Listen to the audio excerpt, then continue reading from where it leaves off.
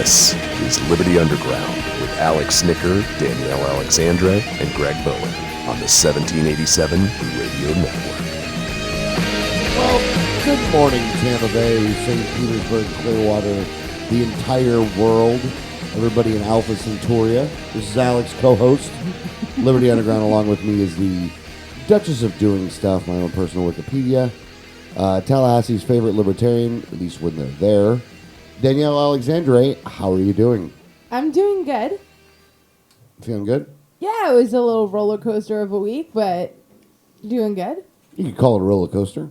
Some might use the term roller coaster. Some might use the term train wreck. Well, yeah, I was trying to be nice, but it was definitely How about more roller like, coaster with like a train wreck together? It Like was it's like a roller definitely- coaster train wreck.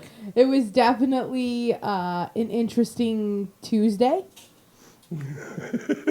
That's one way of saying it. When all of a sudden you get an email and you're like, oh, Ben Polera, you're a moron. And then you go, oh, no, you're not. What just happened? Yeah, right. And then all of a sudden your phone starts ringing and you're talking to legislators and you don't know what's going on. And everyone's trying to figure it out all at the same time. So it was a very odd Tuesday. But does the event still preclude him from being a moron? Oh, no. I thought Ben Polera was a moron well before I got his email. So I guess I was just like, you're still a moron. And I was like, oh, well, not really about this. You're a moron, just not on this one. Exactly. So, yeah, we had a very interesting Tuesday, which ended up taking up the entire day and most of the evening, just discussing what happened. And then, so that put us behind for the rest of the week, and I had to play catch up on other stuff. But, yeah, it was an interesting week. Yeah. And we'll go into it more, but, yeah, very, that was odd. We'll go into what she's talking about here later in the show. Yeah. Also in studio with us is the Prime Minister of Things That Are Sinister, Greg Bowen. Greg, how are you doing, sir? Spectacular. Not fabulous? Not fabulous. Not peachy. Spectacular. Not peachy? No. Just fabulous. Nothing involving fruit. Nothing involving... Oh, well, why not? Not peachy. None You of should it. be a little more natural than You that. weren't, like, happy like a bowl of cherries or anything? No. You should be organic. You should be organic. I am having more fun than a barrel of monkeys, though. Whoa. Whoa. There you go. Why you gotta get racial? Was it racial? No, I mean, the it's, word, no. The term monkey is now a racist term. Really, quite frankly, I have more of a problem with the fact that we are so limited on our units of measurement of fun. Our units of measurement for fun is either a barrel of monkeys or like a 2-inch candy bar. You've got fun-sized candy bars and a barrel of monkey. That's about it. You're either between a small candy bar or a barrel of monkeys. You have That's bags of things. Bags of No, things. no one should ever repeat that. Oh, no, that's happy, not fun. I like that. It's a saying that Alex says that should never ever be repeated aloud by anyone. And every time he says it, I'm like, oh. Is it inappropriate for the air? It's inappropriate for human. It's inappropriate for human consumption Yeah. in any form. That's harsh. That's very harsh. Today's disclaimer: Alex is inappropriate for human consumption in any form. But You I have did get been you a warned. Red Bull, so Yes, you did, and I do appreciate that because I need it. So, it has been a very interesting week, just to say the least. Lot of different stuff going on. A lot of different areas in which stuff's going on. I mean, it almost seems like every week we almost say this, though, is that every week it's like things are getting more and more out of control. yeah. I mean, I think we do say it a lot. I think we say it a lot because we're very busy every week because we're involved in a lot of different things. So, and then when you couple that with the news and what people are talking about, it seems like it just never stops. But I think definitely some of these issues we bring up, it's almost just a new story for the same issue every single week, which it's sad, it really is that we're basically on just a few subjects, but there's so many things and so many new things that end up happening that, we still have to be talking about them. Yeah. Yeah, no, exactly. Well, I figured we start in the first place where everybody's been talking about this, and it deservedly so. By the way, Right. it's not like everybody's latching on like it's a Justin Bieber episode or something, or like what the Kardashians did this week. It's Baltimore, and the fact that they had an Orioles game that nobody went to. I mean, I feel bad for the players of that game, and I know we're going to get into the actual story, but did you see like them playing the game in front of like the completely empty stands? I don't watch baseball, so I didn't actually see the game or anything, but I heard about this story, how they were playing to a completely empty field. Like, you know how, as an entertainer, we give speeches and things like that, and you get hyped up by the crowd. And it makes you better because you're feeding off the crowd. I couldn't imagine just giving a speech to like an empty stadium. It has to be worse for a professional sports player. I think you're right, but I think that if it's empty because you know that they're not letting anybody in, I think it's a little bit different than if it's empty because nobody's there. Yeah, it's not like a Rays game. Well, no, the Rays actually draw pretty, Well, no. Yeah, that's why they want to move. Yeah.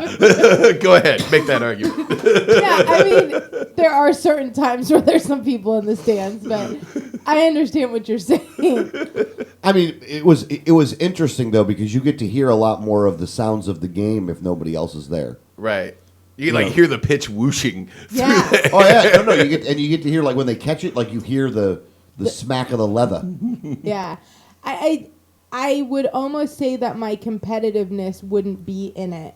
Knowing what was going on in the city at the time and why you were playing in front of a completely empty stadium. I don't think if I was the Orioles or and I forget who they were playing, but even if I was the other the team, White Sox. Yeah, I think it was the White Sox. I don't know if I could really like I don't know if my heart could be in the game knowing what was going on around the stadium, which is why it was empty. Yeah. Well, how about if you get paid millions of dollars, you got to do your job, though, Well, that's why they were there playing anyway. Right. But Now like the home Danielle series- says, I think that that a lot of the players, their heart probably wasn't in it It's the way just that it weighs normally heavy would be. on you. Well, and the funny part is that now the home game is down. They have a homestand. They were supposed to have a homestand against the Rays, and now that's in the Trop. Yeah, that's. But they're going to be here. considered the home team the whole weekend, Right. Wow. which means they bat last, that kind of stuff. Like they're Well, they're they'll be- considered the home team. There'll be just as many people in the stadium. Well, I bet you there'll be more because people know what's going on there, and they'll want. It's like, oh, I'm there by proxy because I'm at a game of the same team. And people Right. are crazy like Showed that. our solidarity with Baltimore by going to see the Orioles. In Tampa. It's the only thing that didn't get me to go to an Orioles game. But Wow, very harsh. You guys are harsh this morning. Harsh. Sorry. I don't really care for baseball, so How do you not care for baseball? I played it for 2 years.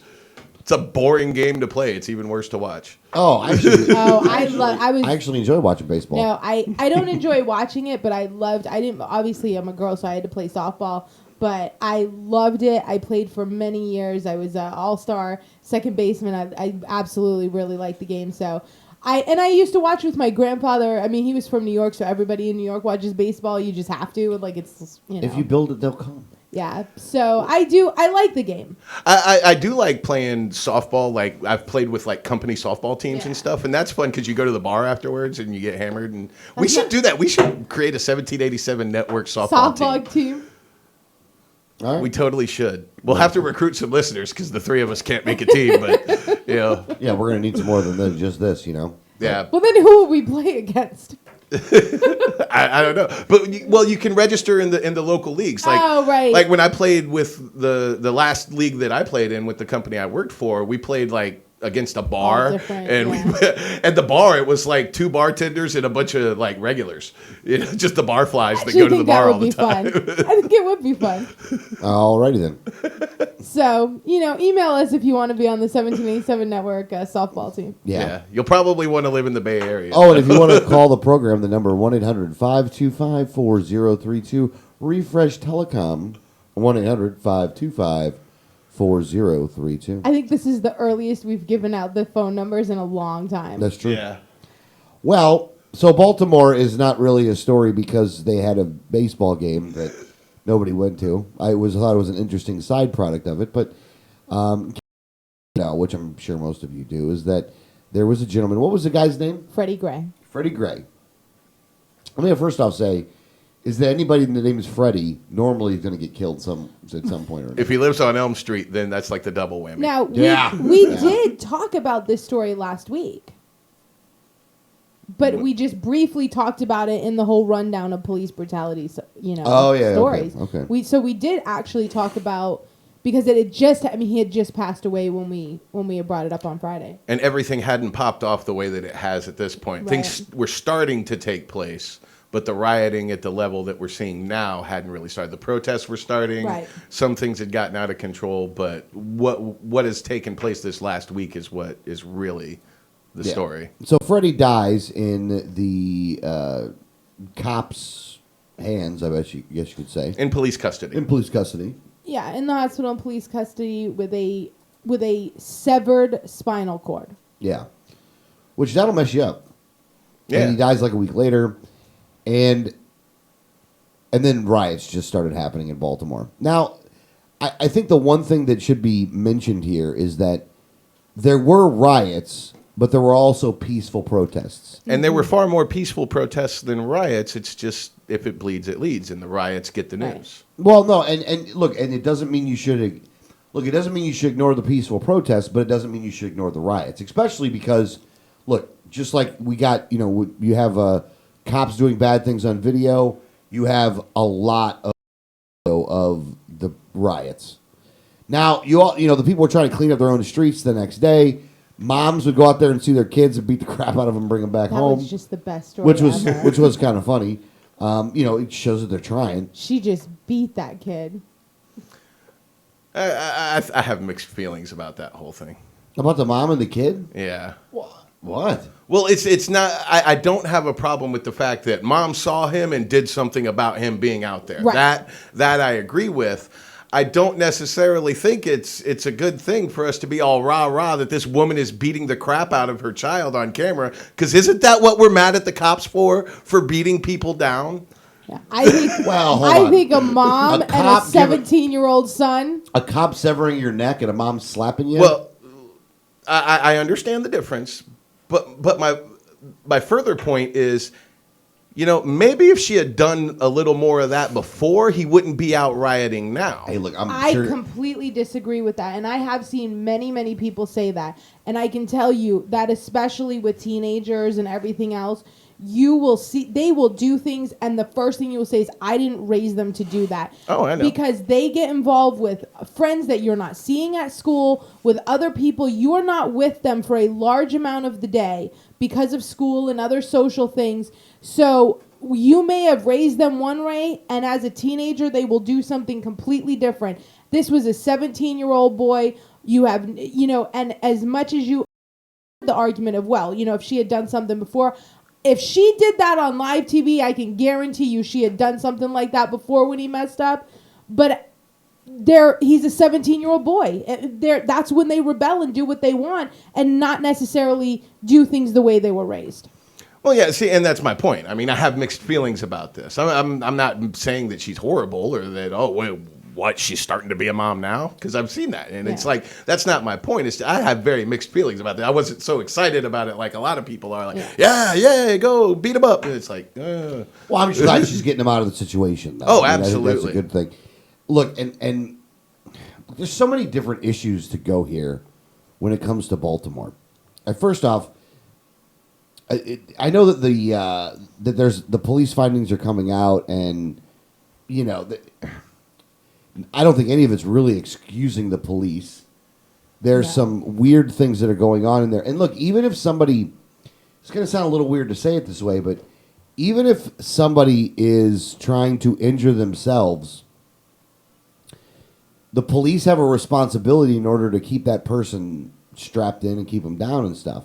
there is procedure for dealing with that. There's procedure for this. So even if you would say that, well, this guy was trying to hurt himself, or that's what the eyewitness says that's also in the vehicle, you got to take that with a grain of salt. One, I don't know why the other guy's saying what he's saying.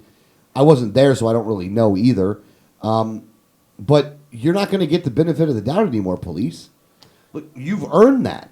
Well, and I think that, they did have another person in the van who was shielded by a wall. Yes, they were compartmentalized, and he could not actually see what was going on. So all he could do was hear sounds of someone who we already know was not strapped in, because there was already, the police have already said that they didn't strap him in. So it's hard to say whether that he was not strapped in, but handcuffed, and when they would move and turn and hit bumps, if he wasn't just knocking around on his own or if he was doing it on purpose, because the only witness that they have says there was noises. Yeah.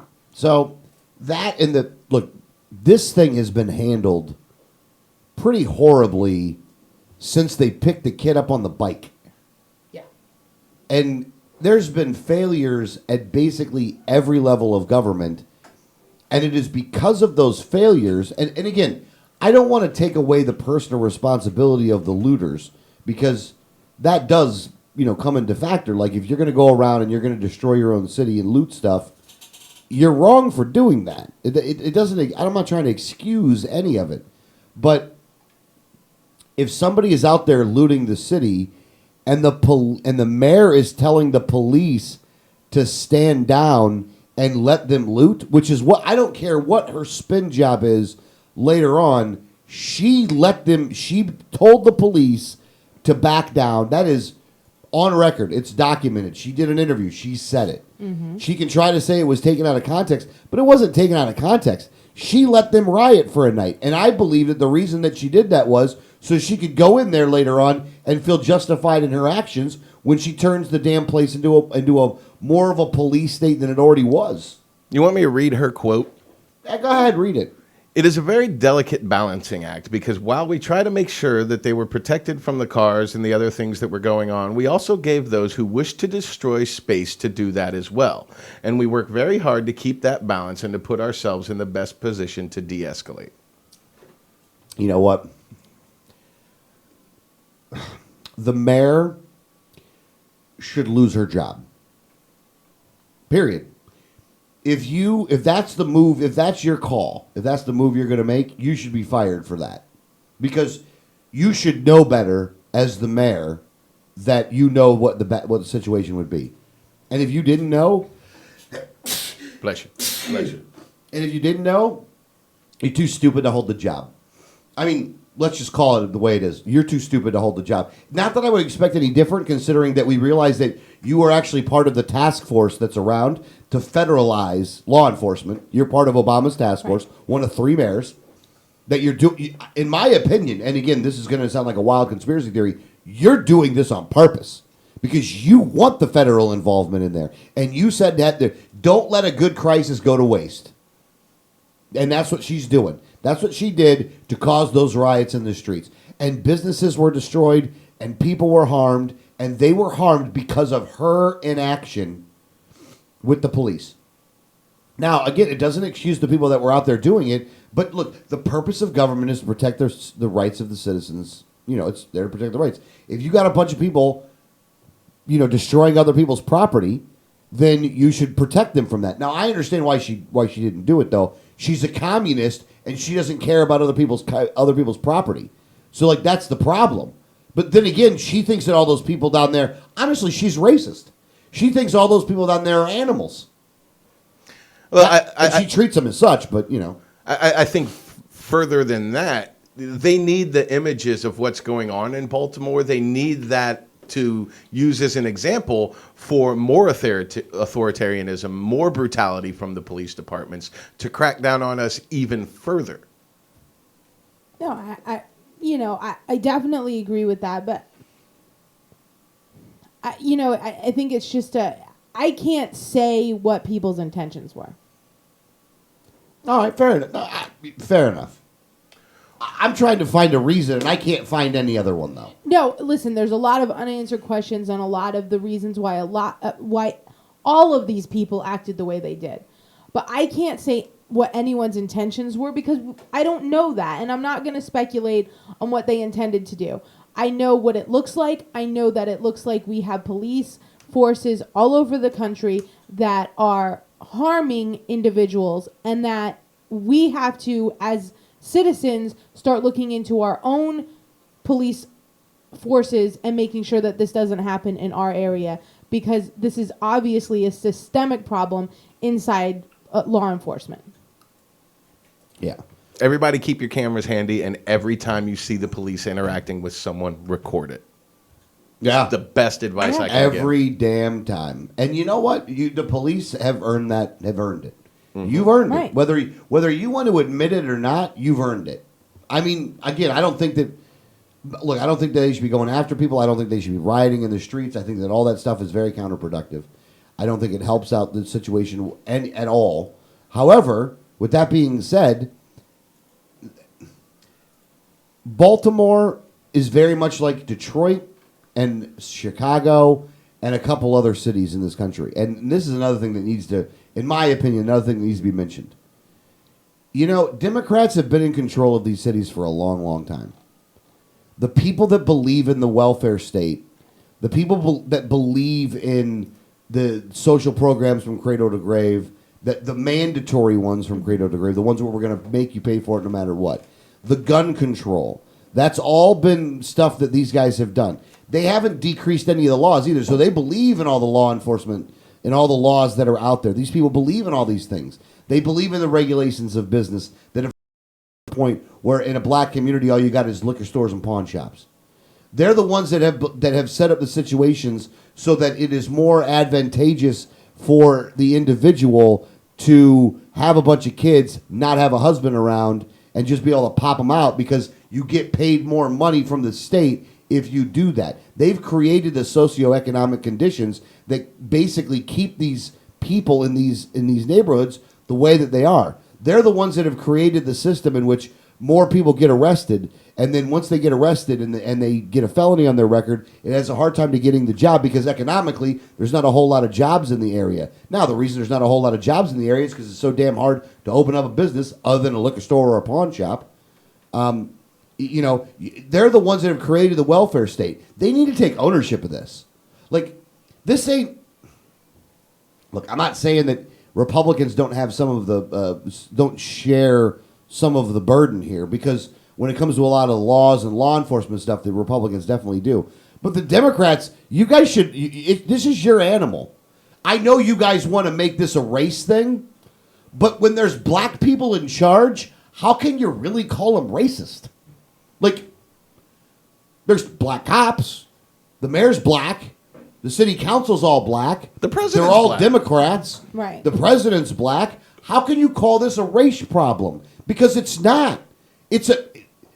Don't get me wrong. I think that the laws are set up where systemically they hurt black people more. But there's so many more factors than that at play today. No, it's a socioeconomic issue.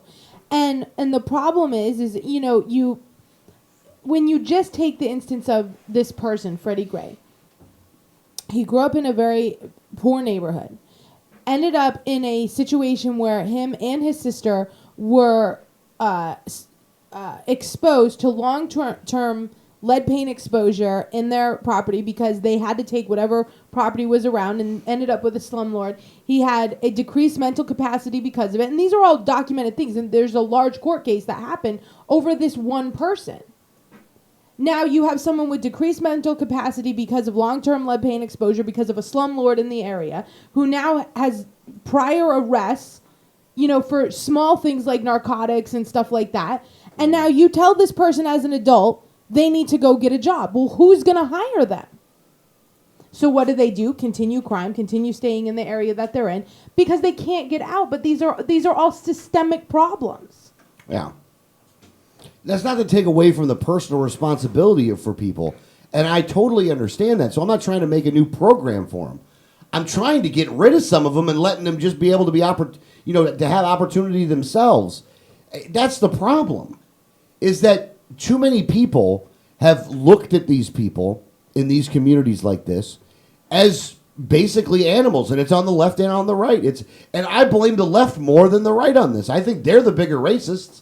And because when you talk to somebody from the left, at the end of the day, what will they say, Greg? What will they say at the end of the day? What argument can you get them to at the end of the day?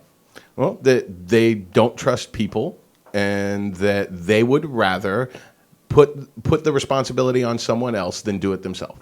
Yeah, that they're too stupid to do it themselves. Yeah. At the end of the day, that's the argument that the left will make to you. Again, don't believe me. Talk to somebody on the left that like, well, no, I like it. Talk to an Obama fan. Yeah, if you can get them to be intellectually honest with what it is they're saying and what it is they're trying to do, they have no choice but to admit that they think very little of people. They don't trust anyone and don't think anyone can be kind or compassionate or empathetic or do right by anyone, and that they think it's the role of government to enforce that people do that. And they're not going to do it themselves. That's why they don't believe in private charity, because they don't believe that people will do it themselves, because they won't do it themselves. So they want government to do it. And they don't believe that anyone in these neighborhoods could take care of themselves on their own. That they are incapable of it's normal survivor skills to be able to function as an adult.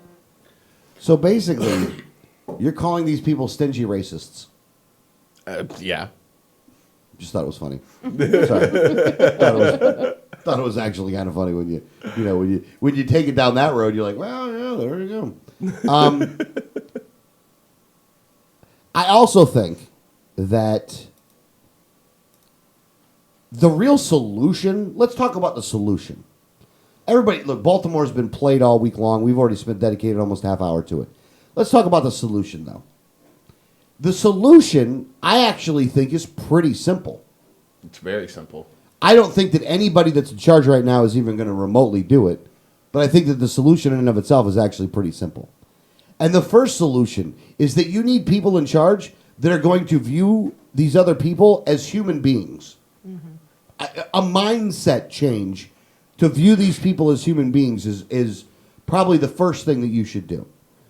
The second thing is that a mindset change of the individuals needs to happen, is that nobody's going to come in here and fix your problems. You have to take care of this on your own. Not that people can't be charitable and come and help, but the federal government is only causing problems. They are not causing anything good. They're only causing problems. So you have to know that and realize that you're going to have to fix this on your own. The next thing is that we got to go back to the Constitution on this. There's a Second Amendment for a reason. You would not have riots where people were destroying property had people been armed. Now, I know what they're going to say. Well, if you armed everybody, then it would have just been gunfights in the streets. That's so wrong, it's not even funny. It wouldn't have happened that way. And the reason why is because once a couple people started getting shot and killed, like the store owners who were protecting their stuff shot and killed somebody, everybody's going to start calming down at that point. Well, and many of these store owners in all of these cities where these have broken out have protected their own property with a weapon and have seen minimal damage. Yeah, exactly right.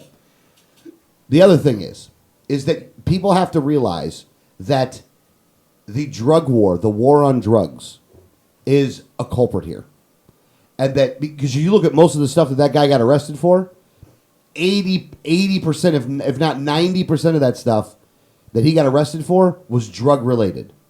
And those were his first arrests. Yeah, those were his first arrests. Now, because of that, there's an ancillary benefit to hold on a second, Greg. Hold on a second. I see you looking.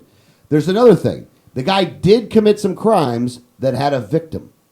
And that if you were to eliminate the drug war, then the jails wouldn't be so damn full. So if somebody does infringe on the rights of someone else, that they can do the full sentence that they were given. And I'll guarantee you that a lot of people are getting released on what, good behavior or whatever, because there's so many people in jail for victimless crimes or for drugs. So in that aspect, I think that there's an ancillary benefit to the other problem that this guy had when it came to burglary and theft and the things that infringed on the rights of other people. I look at someone whose first arrests started with drugs, drug possession. And all of his first arrests were drug possession. I think there was like 5 of them before there was ever anything else. You've made this person unemployable. Yeah. So now you're telling them to function into society where they can get zero job.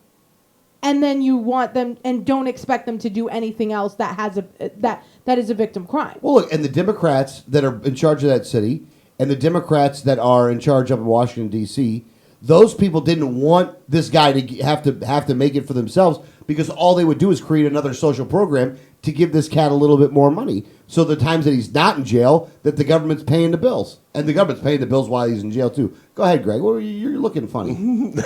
Oh, thanks. Well, I don't mean that way. I mean, you look I'm a like funny guy, to but say. looks on everything. Yeah. Well, no. Well, I'm kind of disagreeing a little bit on the whole rap sheet and his arrests. Why? Go ahead. I agree that the drug war is the problem. But as a libertarian, I also believe strongly in personal responsibility. And regardless of what the laws are, whether drugs are legal or whether they're not, you have a responsibility for your actions and what you're doing. Now, what he's selling, it's not like he's just selling weed. He's not selling a plant that everybody's like, well, this causes no harm. He has been caught selling cocaine. He has been caught selling heroin, and he is poisoning his neighborhood by doing that. He is not helping his neighborhood by selling these products. He is not doing anything to raise his neighborhood up or help them. These are not drugs that you can make an argument can cure cancer or help people with ALS. These are poison. These do not help people. This is not a good thing. So I am not going, just because they're victimless crimes and drug crimes, I'm not going to excuse what he is doing because he is poisoning his neighborhood and he is not acting. He is bringing his neighborhood up or doing anything worthwhile. He is still responsible for his actions. I will give you that he is in a socioeconomic situation that he cannot control and has led him down this path. But there are plenty of people in those neighborhoods who make the decision, look, I'm going to go to school and I'm going to get an education and I'm going to get out of here. And he did not make that decision, and that's fine. He is free to do that. But he still has to be held accountable. And when he falls further and further down into a cycle of criminal activity where he's now resisting arrest, fighting with cops, getting assault charges, getting burglary charges, he's getting worse and worse.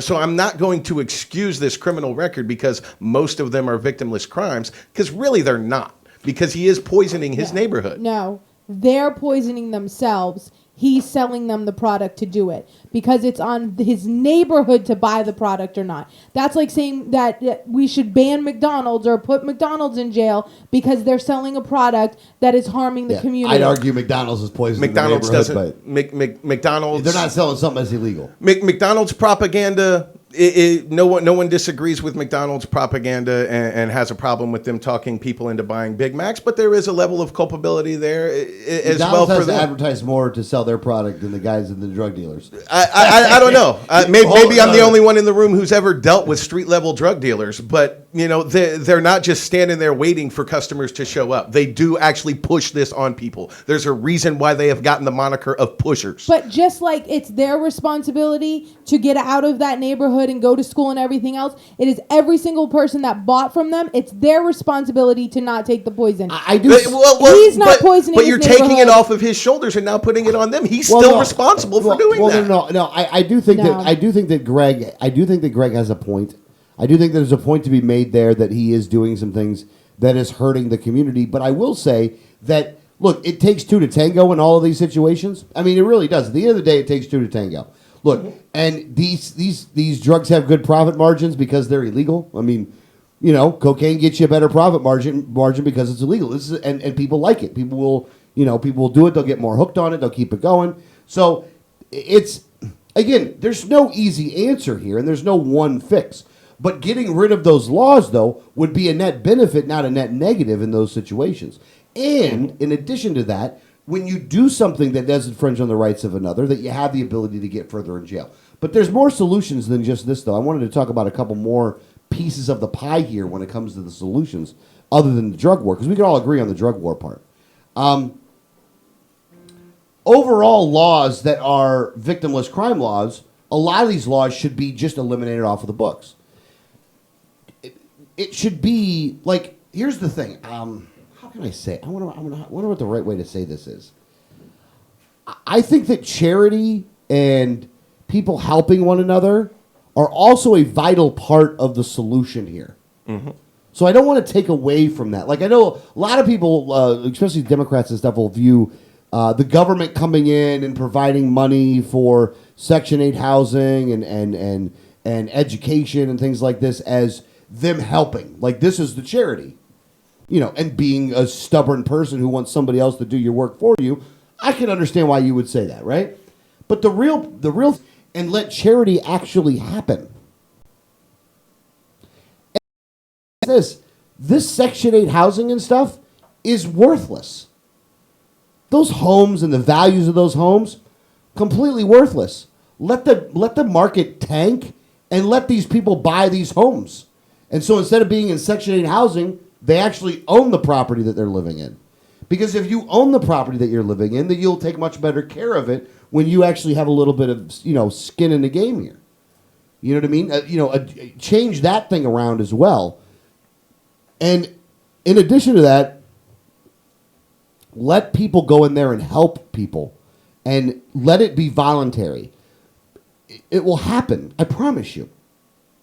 Will it happen overnight? Well, in this situation, it might, because it's gotten so much media attention, and people are so generous that they'll want to find a way to help, especially if you were to do it this way. And you have to eliminate the regulations on these areas when it comes to starting up a business. Let these people become the business owners. Let them take care of their own communities. Let them start businesses in their own communities and get out of their way. Don't regulate them to death. And let everybody be armed, for Pete's sake. I don't understand. I got to say that also. Is that you want the crime to go down tremendously? Let everybody be armed. And I know that people can go, well, that's just the craziest thing in the world. Why on the earth would you ever say something so stupid like that? That is not stupid. That is the appropriate. If you lived in a crime-riddled neighborhood, you should be the first people to be able to have a firearm to protect yourself.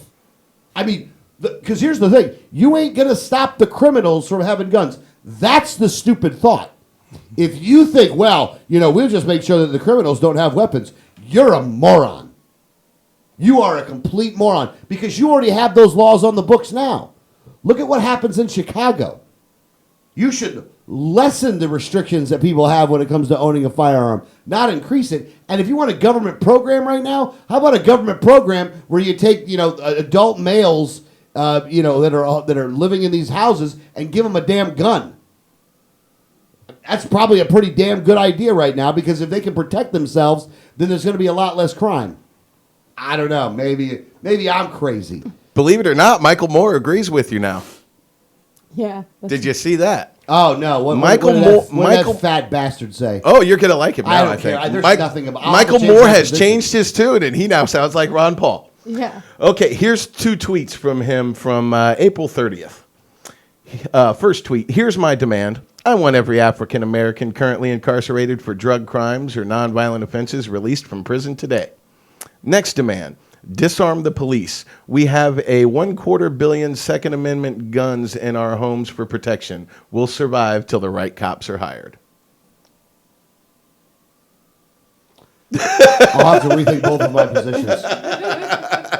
Because now you agree with Michael Moore. So do you want to change your position? Michael Moore has changed his mind, not the other way around. Yes. I didn't hear it. I didn't change my mind because that fat son of a bitch said anything like that. I hate Michael Moore, by the way. I just think he's a loser ass communist is all he is. But look, in these two situations, there's a valid point to be made there. First off, it's a point we've already made. Yeah, we've been making this point for years. He's finally coming around. Yeah. Well, I hate him.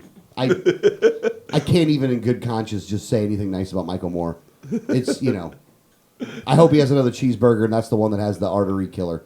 So, just a stupid guy, man. But look, now I wouldn't necessarily go with disarming the police. Well, maybe I would actually. Well, I mean, what he said is until the right people are hired. He wasn't like, we never want police ever, but you guys keep screwing this up. So hey, we'll take it from here until you get your act together. Yeah. Well, look, we just have to. We have to realize that the problems are because of government. Whenever I hear about this, I'm reminded by a clip that I've heard, and I must have listened to this clip 100 times, and it is a clip of Milton Friedman during a college lecture in like '78, and somebody had asked him about the responsibility to the poor. And I think what the people didn't know, what some of the people in the crowd didn't know, is to realize they didn't know Milton Friedman's history. Like, they didn't know what it was like for him when he grew up. They didn't know what kind of situation or conditions that he was able to go through personally. And because of that, he had a perspective of this that was very different than what you would see from most other people. But he was talking about they were talking about the responsibility to the poor that we as a society have.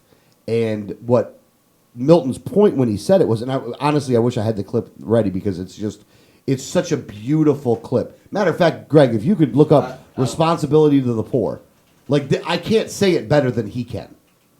But basically, it's exactly the problem. And in his thought process, this is another thing that pisses me off about people in this country, the older people in this country, because Friedman said this in '78, and you people ignored it. It's 5 minutes and 44 seconds is the video. Man, honestly, it's totally worth it. But I mean, I don't know. What do you guys think? If you want to do it, then. You know, if you go to, start playing it real quick. Do you want me to put the video on screen or just the audio? Just the audio. It doesn't matter. It's just the audio. In reference to talking about... This is somebody else talking about this. This is the person asking the question. Yeah. Market failures, and I think that you may have just passed over one that is of utmost importance, and that is of poverty. And in prefacing my question, I'd like to refer to what President Kennedy said, that if a free society cannot help the many who are poor, it cannot save the few who are rich. And to say that, well, we are a government of the people, and when there is a large sector of the people who are hurting, perhaps it is the responsibility of this government of the people to help out. Well, my question is regarding how free are the poor, how free are the unemployed, and how free are those people who are disadvantaged? Right. And so in reference to that, what is government's role? Sure. First of all... And rightly so, that should get a hand clap, by the way.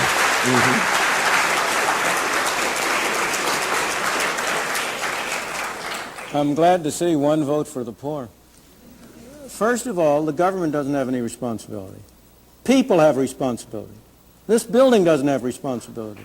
You and I have responsibility. People have responsibility. Second, the question is, how can we as people exercise our responsibility toward our fellow man most effectively? That's the problem. So far as poverty is concerned, there has never in history been a more effective machine for eliminating poverty than the free enterprise system and the free market. The period in... He's damn right, by the way. The period in which you had the greatest improvement in the lot of the ordinary man was the period of the 19th and early 20th century. Those of us in this room are the heirs of that. We benefited from the way in which our parents and our grandparents were able to come here. And by virtue of the freedom that was offered to them, were able to make a better life for themselves and them and us. But next, if you look at the real problems of poverty and denial of freedom to people in this country, that's when he gets mad. Almost every single one of them is a result of government action and would be eliminated if you eliminated the bad government failures. Let me be precise and specific. Why do we have so high an unemployment rate among black teenagers? It's a disgrace and a scandal. Why do we have so high an unemployment rate? First of all, because we give them lousy schooling through governmental schools, which make them unqualified to hold decent jobs. And second of all, we require employers to discriminate against them by not hiring them unless their productivity is enough to justify a minimum wage. The minimum wage rate is the most anti-Negro law in the books. And it's an anti-Negro law because it precisely, having first not enabled the young blacks to have a decent schooling so that they can have productivity, we next deny them the on-the-job training that they might get if you could induce employers by being able to hire them for relatively low wages to give them on-the-job training that would make them qualify for higher payment and higher productivity. In the third place, we have constructed a governmental welfare scheme which has been a machine for producing poor people.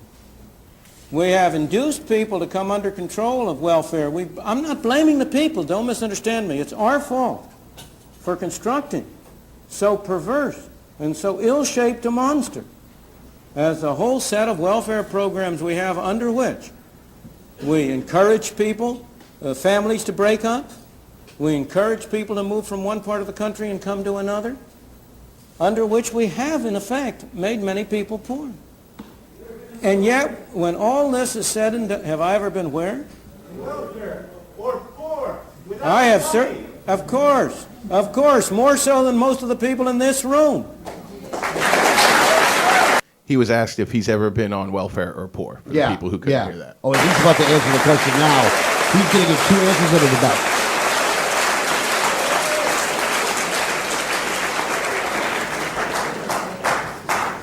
How many of you have worked a 12-hour day and gotten paid 78 cents? But let me go back to but you know that's all irrelevant. Is there one of you who is going to say that you don't want a doctor to treat you for cancer unless he himself has had cancer? Bam. What a great point, by the way. Yeah. I could go down the line. But when all is said and done, while there are people in this country who are worse off than other people, by and large, I think at this point you can cut it off, in this though. country are relatively well off compared. Okay. So, look, I couldn't say it better myself. Danielle? Yeah. Could you say it better than he could? I don't know. You don't agree with him, though? I didn't say I didn't agree with him. Oh. All right.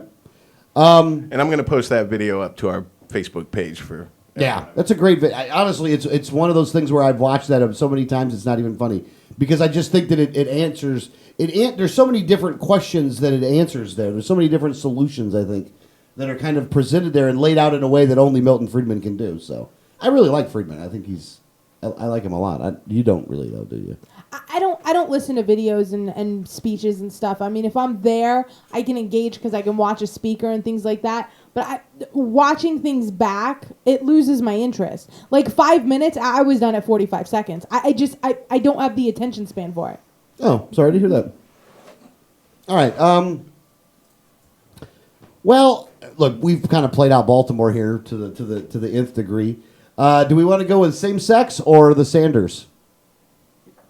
Same sex or KFC? Whatever you want. Let's start with KFC. Let's start with Kentucky Fried Chicken. And Kentucky Fried Chicken is the code word that I will be using for the Bernie Sanders campaign. Why is Kentucky Fried Chicken a bunch of socialists? No. Sanders. You know, you have Colonel Sanders. I understand, Bernie but I don't know why. I don't know. I I think you're insulting KFC. Maybe. So Bernie Sanders, who's the self-admitted... now, this is what's really pissing me off, by the way, is that this guy is a self-admitted socialist, but whenever he's mentioned in the media, he's called a populist. Well, socialism is a popular view right now. Well, socialism is a populist movement. That's where socialism spawned from, a populist movement. So it is. I think that it's very much a misnomer to call it populist, though. It may be a bit misleading, but it's not disingenuous necessarily. I'm going to go with it that it is disingenuous. So I'm going to go ahead and disagree with you both on this. That's fine. So Bernie Sanders, you could be wrong. The socialist, probably. We'll allow you to be wrong. Oh, okay. You have the right to be wrong. Thank you. I appreciate that. Bernie Sanders has decided that he is going to run in the Democrat primary. He's a senator, and he's decided that he's going to run in the Democrat primary against Hillary Clinton. Yes. Now, Bernie Sanders is an old guy from Brooklyn, which I got to tell you, when you hear him talk and the back and forth and stuff, he's actually kind of funny. Like, there's a little bit of, he's got a little bit, I don't think he's necessarily trying to be funny, but he is kind of funny regardless. I do like listening to him talk, and I don't necessarily disagree with everything that he says. Well, look, I think that sometimes when it comes to Bernie Sanders is that he is able to identify problems. It's just his solutions are only more of the same, and he doesn't understand that. Right. Like, my problem with Bernie Sanders is that he thinks that more government's going to solve a problem that the government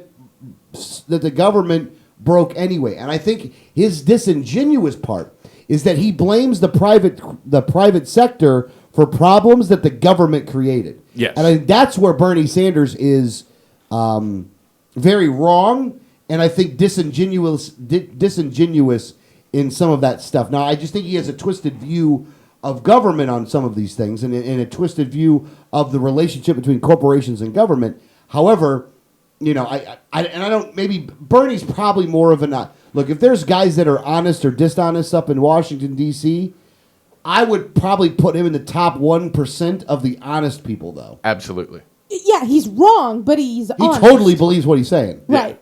Yeah, he's not doing it for any nefarious or, I'm trying to help my friends that are. Yeah, he's not. I do think he purposely overlooks things, though. Yep. I think that he has a point of view and he tries to fit everything into his point of view. But the one thing that you can say about Bernie Sanders is that he's not backed by any large companies at all. So he's definitely not doing it to help his corporate buddies. He's not trying to do any, he's not coming from a place where he's just trying to, line the pockets of himself or someone else. Right. That's true. No, that's true. He's honest. The problem is he is the drunk uncle of the federal government. So just like your crazy drunk uncle, he's not lying. He's just crazy. Yeah, his solutions are wrong though. Some of his identifying of the problem though is pretty spot on though.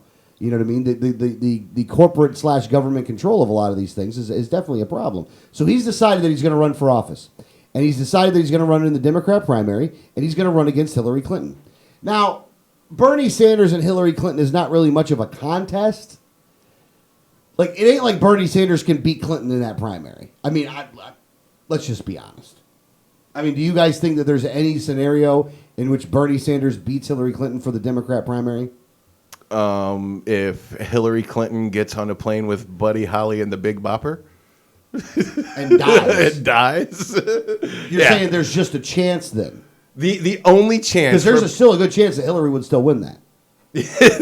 yeah, because a lot of people would vote for a dead Hillary Clinton before a living Bernie Sanders.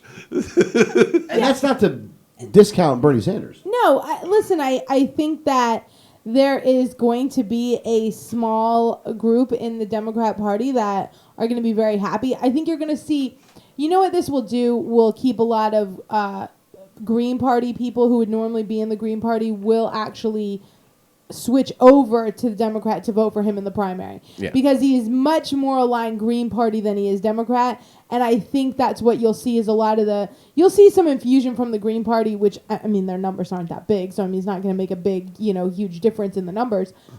But I think you're going to see a lot of Green Party voters switch over and go into the Democrat primary to vote for Bernie Sanders. Yeah, and the dyed-in-the-wool socialists and communists are going to be there for him as well. Well, okay, yeah, but I would say I do want to make this clarification though. If there's one political party that you can most closely align with Bernie Sanders, it is communism. Well, no, it definitely is, but I think that because of a lot of the things that socialism. I think that a lot of the things that he said about the corporatism and stuff really speaks to the Green Party, and I think that they would overlook some of the other stuff because of how he feels about corporatism and things like that. And when you're looking at, Clinton versus Bernie Sanders, and your biggest issue is corporatism, you're going to go Bernie Sanders and not Hillary Clinton. Yeah, every day of the week.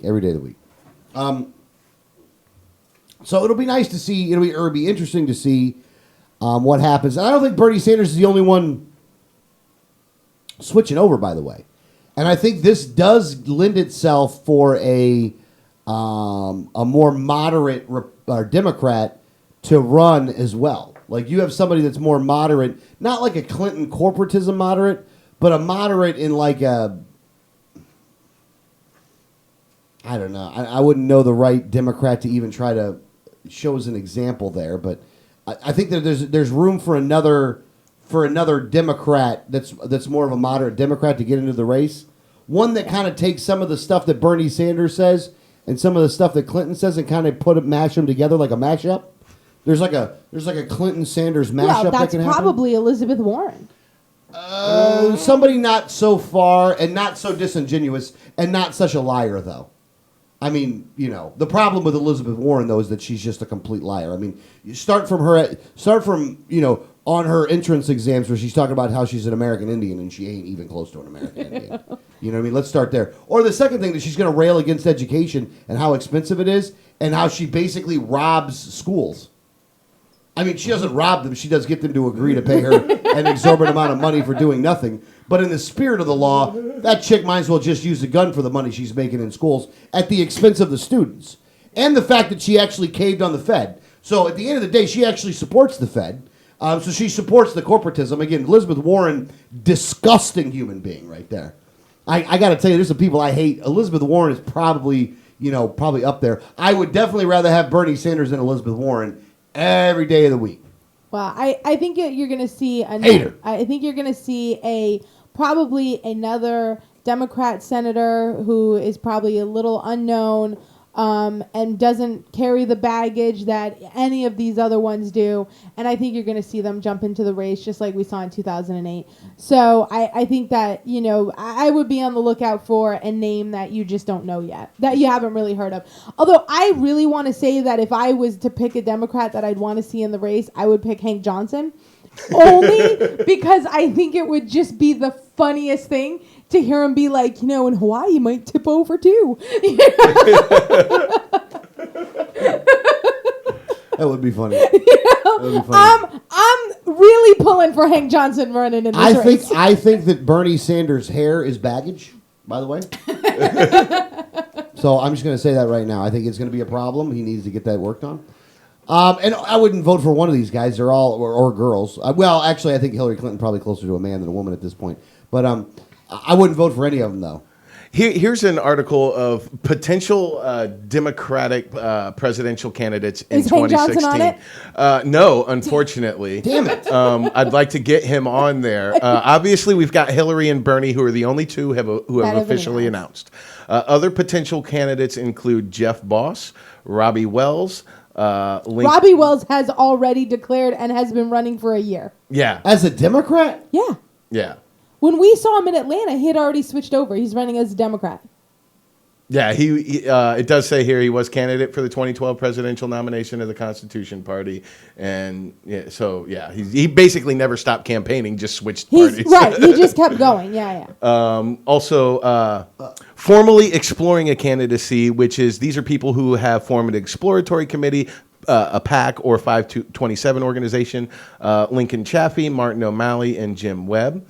I think Martin O'Malley's gotten a little bit of play. Yeah. And publicly expressed interest is Joe Biden and Paul Strauss.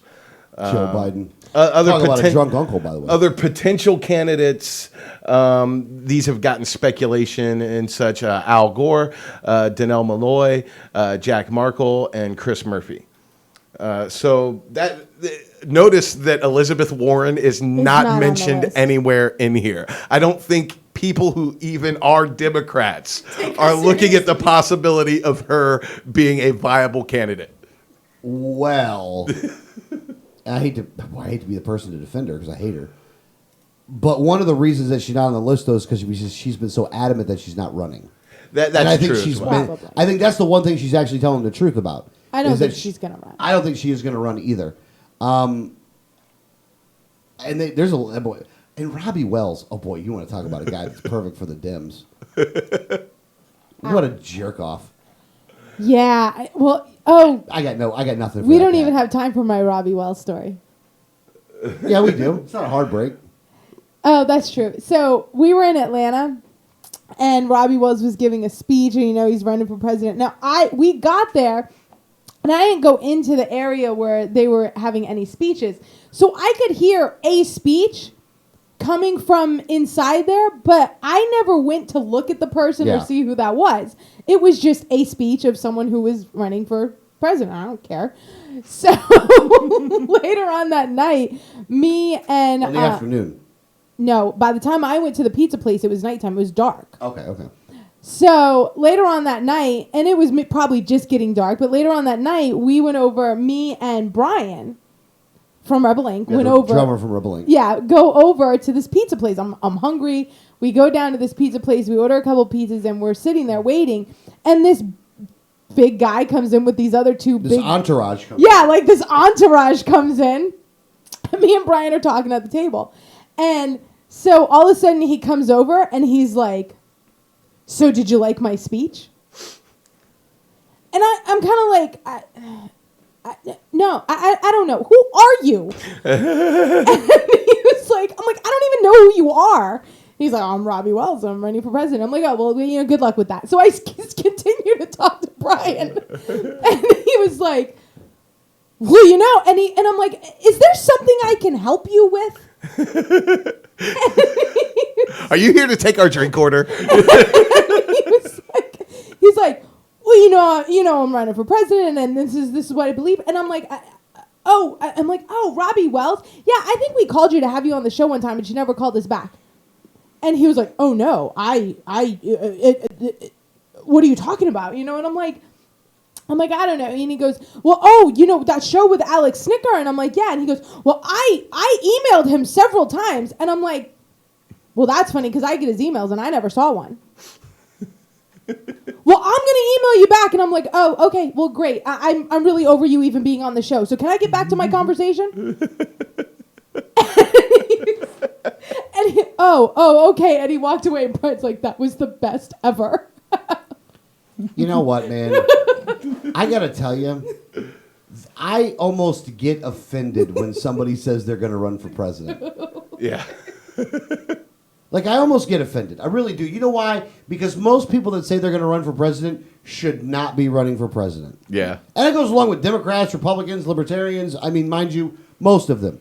You shouldn't be running for president because, one, you have no idea what the hell you're doing. You know what I mean?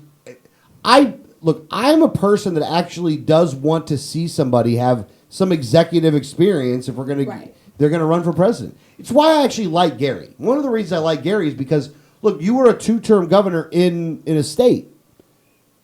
I mean, you know what it's like to be an executive. You owned a business. You built a business.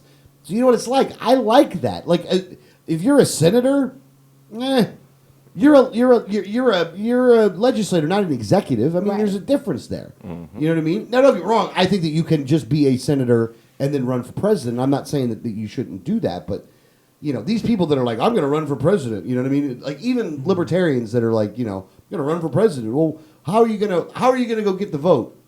And they look at you like, they give you that deer in the headlights look. Like, you better have a freaking plan, son. Yeah. You need to get on the ballot in like 50 states, man. It ain't like you just ask and they let you do it. There's a lot of libertarians out there that are bat crap crazy, but the ones who like want to run for president kind of are in a league of their own as far as... that's a whole separate level of bad shit crazy right there. Yeah, a whole separate level. And I almost get offended. Like, it's running for president. Yeah. Like, get yourself together. Tuck your shirt in before you even say that. I mean, I understand how I look. So exactly.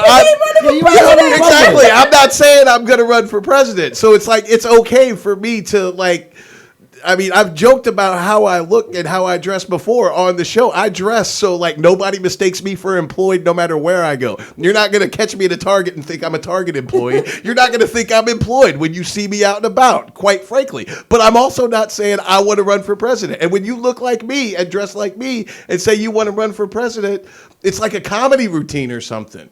Are you serious? Yeah. Yeah. Oh, yeah. No, I hear you there. All right, let's take a break, though. We got to take a break on this one. This is crazy. Brandon's going to be calling in during the break. Yeah. So, all right, let's take a break here real quick. Get a cigarette in us. We'll get back. We'll get to Brandon, and then I'm going to announce I'm running for president. You're listening to Liberty Underground.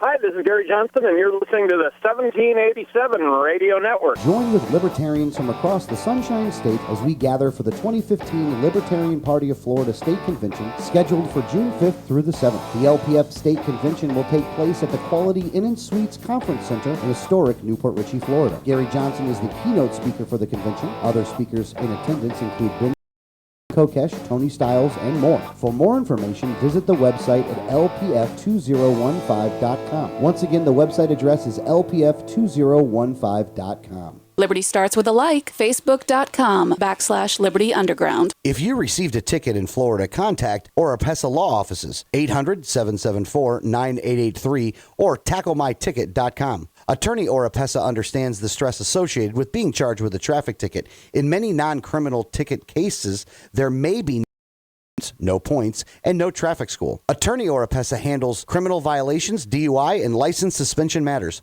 Don't face these serious legal matters alone. Initial consultation is free. Call now and you will be advised about any potential defense, constitutional rights violations, the possibility of having your driving privileges restored, or preventing a suspension from going into effect. If you've been classified as a habitual traffic offender, have a driver's license suspension matter, or a pending DUI case, call Oropesa Law Offices now so you can be advised about your particular case. Call 1-800-774-9883 24 hours a day, 7 days a week, or visit tacklemyticket.com. Main office in Pinellas County and serving all of the Tampa Bay area. Find out more at tacklemyticket.com. Mention Liberty Underground and get 25% off. You know Going Postal offers shipping with UPS, FedEx, and DHL International, and they're a full-service post office. And Going Postal is not just your one-stop shop for shipping. They offer copying, laminating, faxing, packaging, and they even have a notary public service. Visit our friends at Going Postal at the following convenient locations: Palm Harbor at the corner of Tampa Road and County Road 1 in the Sweet Bay Plaza, St. Pete on 66th Street just south of Tyrone Boulevard near Publix, and be sure to visit their newest location at 35595 US 19 North at Alderman Road next to Publix in Palm Harbor. When the unthinkable happens, it doesn't matter if you save money in 15 minutes. It doesn't matter if your neighbor has the same insurance you do. In this moment, what matters is the quality of your independent agent and the company that stands behind them. Auto Owners Insurance has been recognized as highest in customer satisfaction with the auto insurance claims experience 5 years in a row by J.D. Power and Associates. For award information, go to jdpower.com. Call Row Insurance in Newport Richey today at 727-376-0030.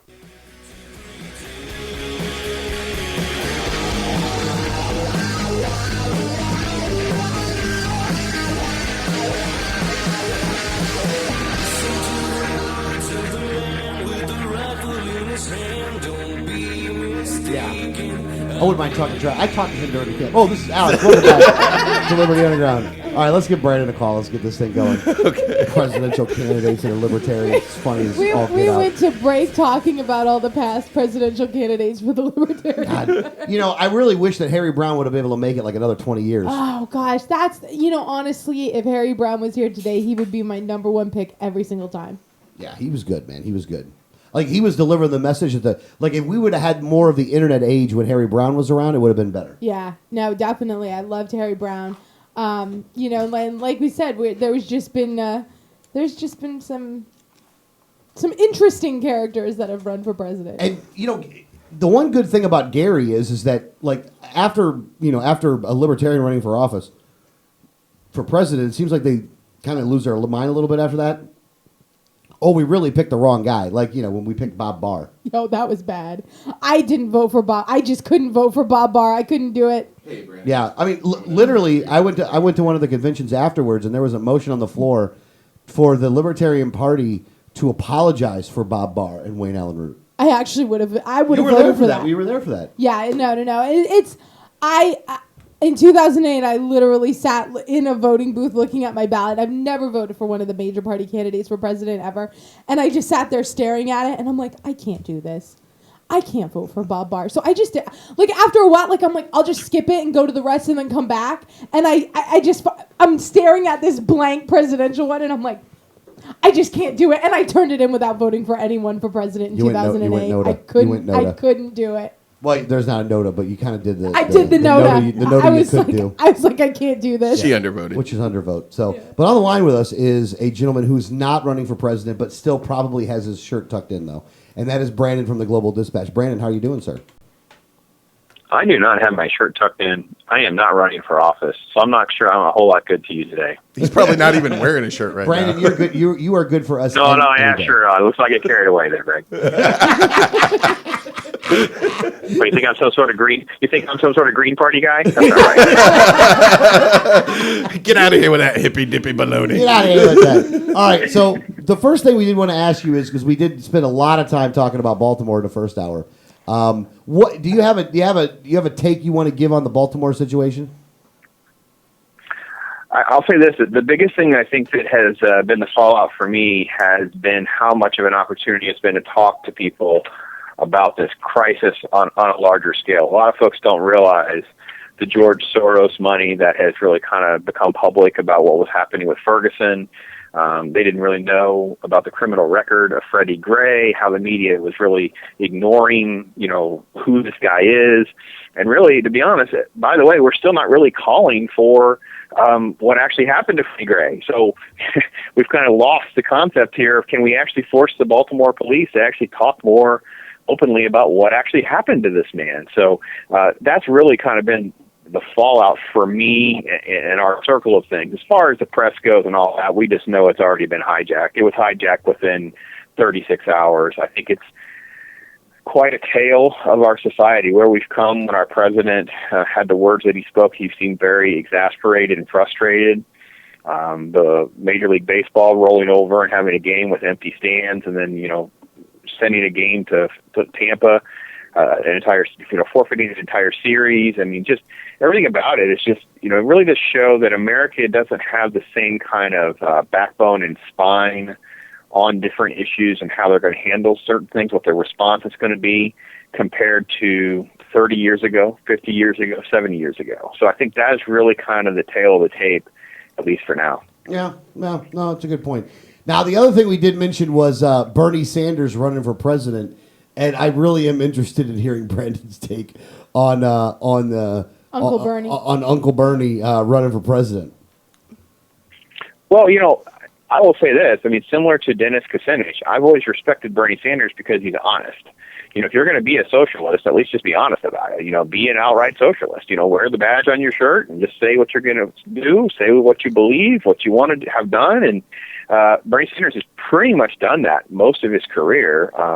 That's why I mentioned Dennis Kucinich. I mean, Dennis Kucinich went so far as, went into the alien arena of what his beliefs were. So he was really transparent about what he would say. So from that regard, Bernie Sanders is actually kind of refreshing in the sense of at least we'll know what he wants to do. Do I think he's an electable candidate? Do I think of course not. And, even the socialists in the Democratic Party don't really support Bernie Sanders as much as you think that they would. And, it's great to see another hat in the ring. Maybe it'll be interesting to see if the press will even acknowledge that Bernie really kind of exists against Hillary. So, I don't know. We'll see how it kind of shakes out from there. Yeah, no. Now, one of the things that we always, and you said this and we've said this, is that when you have the media converging on a story as full on as the media has been converging on Baltimore, that there's some stuff that we're missing because of that. Do you have any take on some of the other stuff out there that we should have probably been focusing on more because of the Baltimore story? Well, I probably haven't done as much of a due diligence this week as I normally would because my daughter's getting married tomorrow. So we're a little pulled in a fourth way. But I think the media has suffered from a dilemma of trying to devote their time to the earthquake in Nepal, the crisis in the streets of Baltimore, and, of course, the Supreme Court hearing on gay marriage. And they're kind of pulled in all three directions. So kind of bouncing between those three has really consumed most of the press. But it gives them at least the facade of at least varying up a lot of information. To be honest, I think one of the bigger stories really this week that really didn't get reported on well enough, and I really haven't been able to devote enough time to it, and that really is kind of the failure of Florida politics. When you have half of your legislative branch just quit on the spot and say, I'm going to go home now, it's really just such an unacceptable scenario, especially in 2015, that I don't believe made the radar screen at all. You would think something of that caliber would go beyond, the Florida press. So things like that, I think, are, we know about them because we're in Florida, but it does kind of at least show a lot of that same trend because it's still so narrow. And let's face it, we really haven't heard anything on any of the candidates this week. We've gotten a week-long pass of pretty much all of their public appearances. They've all been pretty quiet. We don't really get all of the pounding of the drums of Rubio versus Bush versus Rand Paul versus Ted Cruz and all that nonsense of kind of had to take a back seat for all this other stuff. You know, that's a good point, by the way. Now, most of them have made a comment about Baltimore, and some of them I thought were pretty dumb. But yeah, we haven't been inundated with where's the polls, where are they now? I think their comments were stupid, though. What shocks me about that is that the national media never seems to miss an opportunity to make fun of Florida, and this is another one of those opportunities. And why aren't they doing that? I mean, it will go into detail in the third hour because I did actually pay attention. Well, there's some things I do want to talk about with Brandon on this one, though. But the one thing I did want to say is, without Baltimore, I do think that Florida probably would have gotten a little bit more national attention had Baltimore not been going on. Yeah. I think that you would have actually heard something about what the Florida legislature did, which the one thing about this is, look, take the 50,000 foot view of this thing. You have a political body that really, in all actuality, took their ball, went home, and quit doing their job because they were sticking to their guns on something, but not really for the wrong reason. But not really willing to stick their guns to it. Yeah, no, it was, I mean, and like I said, we'll go into a large amount of detail in the third hour because I've dedicated like the third hour to what happened, up in Tallahassee. But I mean, this would have been a huge story around the state, around the country, because it's just unprecedented for legislators to just be like, nah, we're taking our ball and going home. And so unexpectedly, because, there's always talk about, well, I think in all the states, we kind of know, well, wait a minute, something's going to happen here, something's going to happen in this state, something's about to happen in this state. But nobody knew, no one in the press, nobody in the legislative body knew what was going to happen. And yet this was just almost a non-issue in most major news cycles. Yeah, no, that's very, very true. And here's the other thing too, and I want Brandon's take on this, of course. But how can you say anything other than you have a bunch of children up there? Like, really, like these people are not like adults. This is not how adults should be dealing with the situation, especially elected representatives that have a job to do. Like you are elected to go up there for only 60 days at a clip. It's not like. Well, I mean, don't get me wrong. You have time before that. There's other things going on, but your legislative session is 60 days. You didn't get a lot done anyway. They were behind. They were behind to begin with, and the Senate was still passing. Like there were bills that they just didn't even get to that weren't the Medicaid expansion bills. There's a bunch of other stuff. There were tax breaks in there. There was things about medical marijuana that was going to be in there. There were things about all different kinds of things. I mean, there was a bunch of different kinds of bills that were there that they didn't even get to. I think my other thing I want to ask Brandon to comment on, these people are children up there. Well, Washington lowered the bar, right? I mean, how do we expect them to behave any differently when for 20 years this is the behavior we've seen in Washington, where if you're the party that's not in power, you filibuster and cry like a little girl that you can't get what you want in the bill because you've lost national elections, and then when the pendulum swings the other direction, you call out the other party as being an obstructionist because you have the power to move forward and they're doing this and they're abstaining from that. And this is the game that happens on a national scale. So now we kind of see it come, let's quote the Reverend, the chickens have come home to roost in Florida where, they want to cry about not getting their way. And like you say, take their ball and go home. And, the worst part of this is it's not as though they're in session for like 7 days. They've been in session. They have a long time to get to this stuff. So you don't get a lot of sympathy from me, or we shouldn't get sympathy at all from the electorate anyway, just because you've had plenty of time to deal with this stuff. You have plenty of time to get these votes and to work out and hammer out these details. Stop pretending like we have to wait till the midnight hour because that gives anybody leverage. That's pretty much what you do. You just want to play the political game. And in this case, it blew up on everybody's faces. And really the sad thing is they didn't get called out on it. Very, very little, if any, Well, you has only gotten look, called yeah, out. very well. Listen, Well, it's not going to be enough. It's not going to be enough to impact the public opinion. That's really what's important. I mean, you and I can talk about this. There are a few outlets that are, of course, it's being reported. CNN is not going to ignore it. CNN knows better than that, but CNN is not going to put it on anything other than a scroll. And they might get someone bring it up in a few months. But reality is that's not going to impact, 2016 elections. Well, what I think is the worst part about this is, to your point that at least in the federal government, there is an argument to be made that it's partisan bickering. You can't make that excuse in the Florida legislature. It's all Republicans. This is Republicans that did this. Yeah. One party bickered with each other until someone took their ball and went home. Yeah, the Democrats do not have enough leverage at all in the state legislature to do this themselves. Yeah, the Republicans do have basically a veto-proof majority. They have the veto-proof majority in the House. They have a large majority in the Senate. Yeah. But we see this on the national level. Look at how John McCain and Ted Cruz talk about one another. Yeah. Well, no. Right? I mean, this is you get the exact same kind of thing. It's just,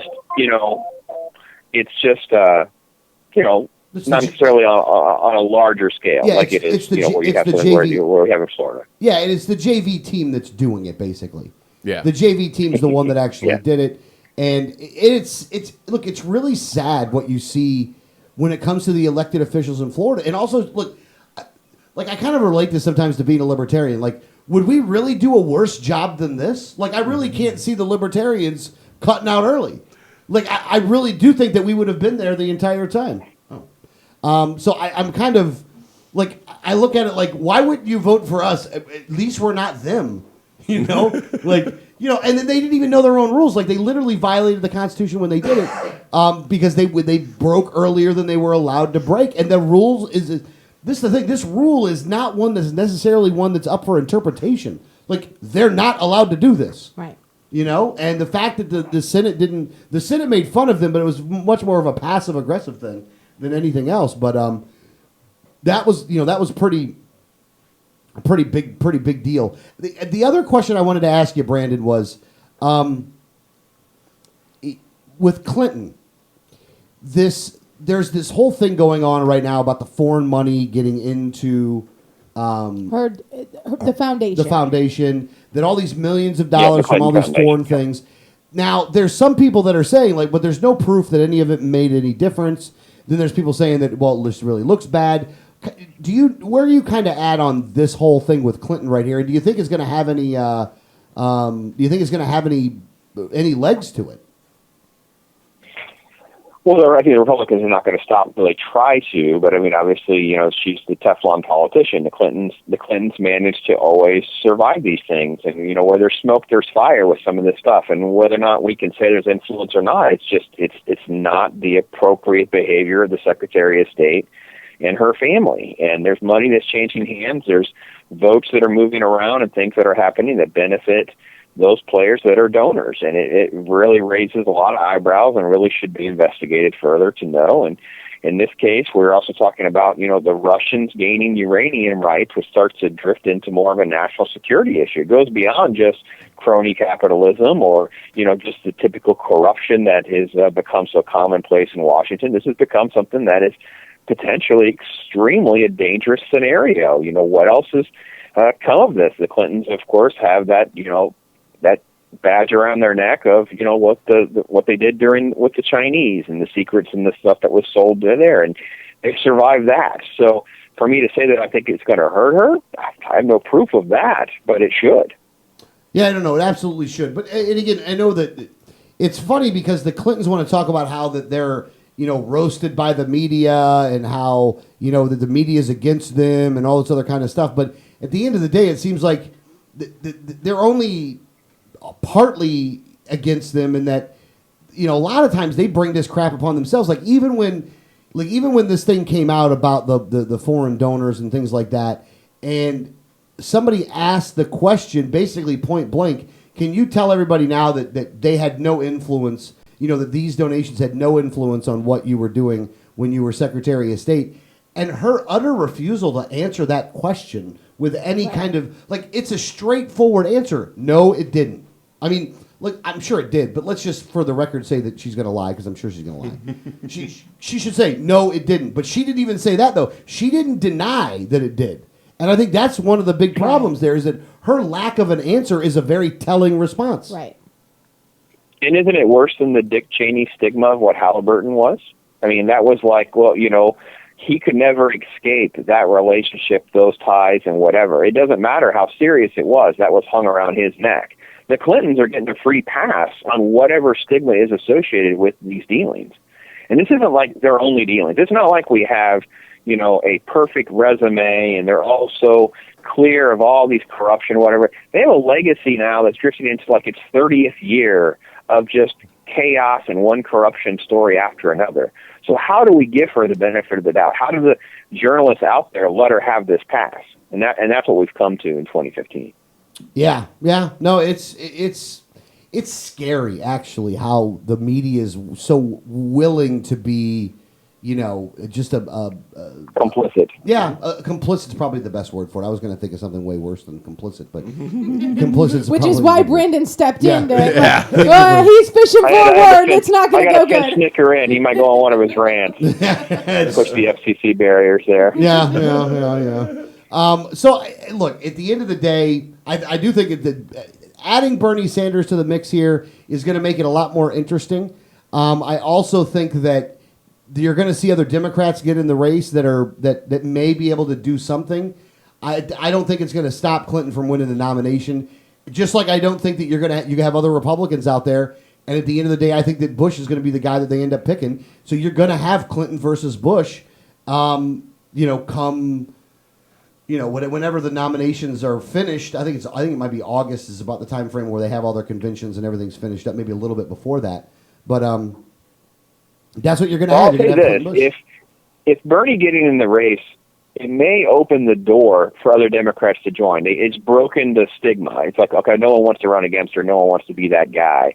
Now that Bernie's done that, he can become the bad guy. They already treat him as an outsider anyway. So if he takes the blunt of that, and that allows other candidates to get in the race, and we see someone like Elizabeth Warren, I'm not going to say I can't beat her just the way Obama did, because she's as open of a socialist as Bernie Sanders is, just without the stigma, and they love her. So I'm not sure there's any other Democrat candidates that are worthy to talk about, but at least for now, that is a possibility. Yeah. No, it's a possibility. All right, now let's just back away from everything politically related because there's other big news that's happening today. Which Brandon's already gone. He went early. What do you mean? Brandon's already went and seen I'm still here. Yeah, no, he has gone and seen it. So you went and seen the new Avengers movie that's coming out today. Yeah, I said I've seen it twice. Oh my God! Holy crap! You've seen it twice? Yeah, sorry. Yeah, I actually screened it on Tuesday, and then actually I was able to have another opportunity. I took my daughters yesterday, so my two daughters and I got a chance to see it yesterday, and it does not disappoint. It's a fantastic film. It's going to easily make $200 million. I don't even know. Last night, there were probably about 6 auditoriums completely packed. It was a madhouse of just Avengers frenzy. It is action-packed, tons of great stuff. Yeah, you're not going to be disappointed. You've seen it twice already? That's amazing. It's not even supposed to technically be out till today. I saw. You're awesome. Right here live on the Liberty Ground Network. Yeah, sure. You got a lot of pull, dude. Yeah. I'd like to thank you for stooping to our level just to be on our show. I saw a picture of Brandon with his girls. They're like, "Oh, we're going to see the Avengers," and I'm like, "I'm so jealous right now." So you're so jelly. I'm going to hang up on him. Look, I'm happy. I'm happy for Brandon. I don't want to be jelly. I'm happy that he was able to do it. But twice, I mean, serial though. Like you got to see it twice. Damn it. Hold on. Now the second time it doesn't. My daughter says it should be a marketing pool for you people to want to come and work with us. So you want to come and go see movies, and you got to come work for the Dispatch. There you go. I'm sending you my resume. Now I did want, but it really is a great film. It really does a great job. We don't need a whole lot more on Iron Man, Captain America, Thor, the Hulk, that kind of stuff. So they do a really good job of giving us a lot more backstory and character development for Black Widow and Hawkeye, and of course some new characters come in. There's a lot of little things I think the fanboy universe will complain about, some things like that. But from a general audience standpoint, this will be just as big, if not bigger, than the first one.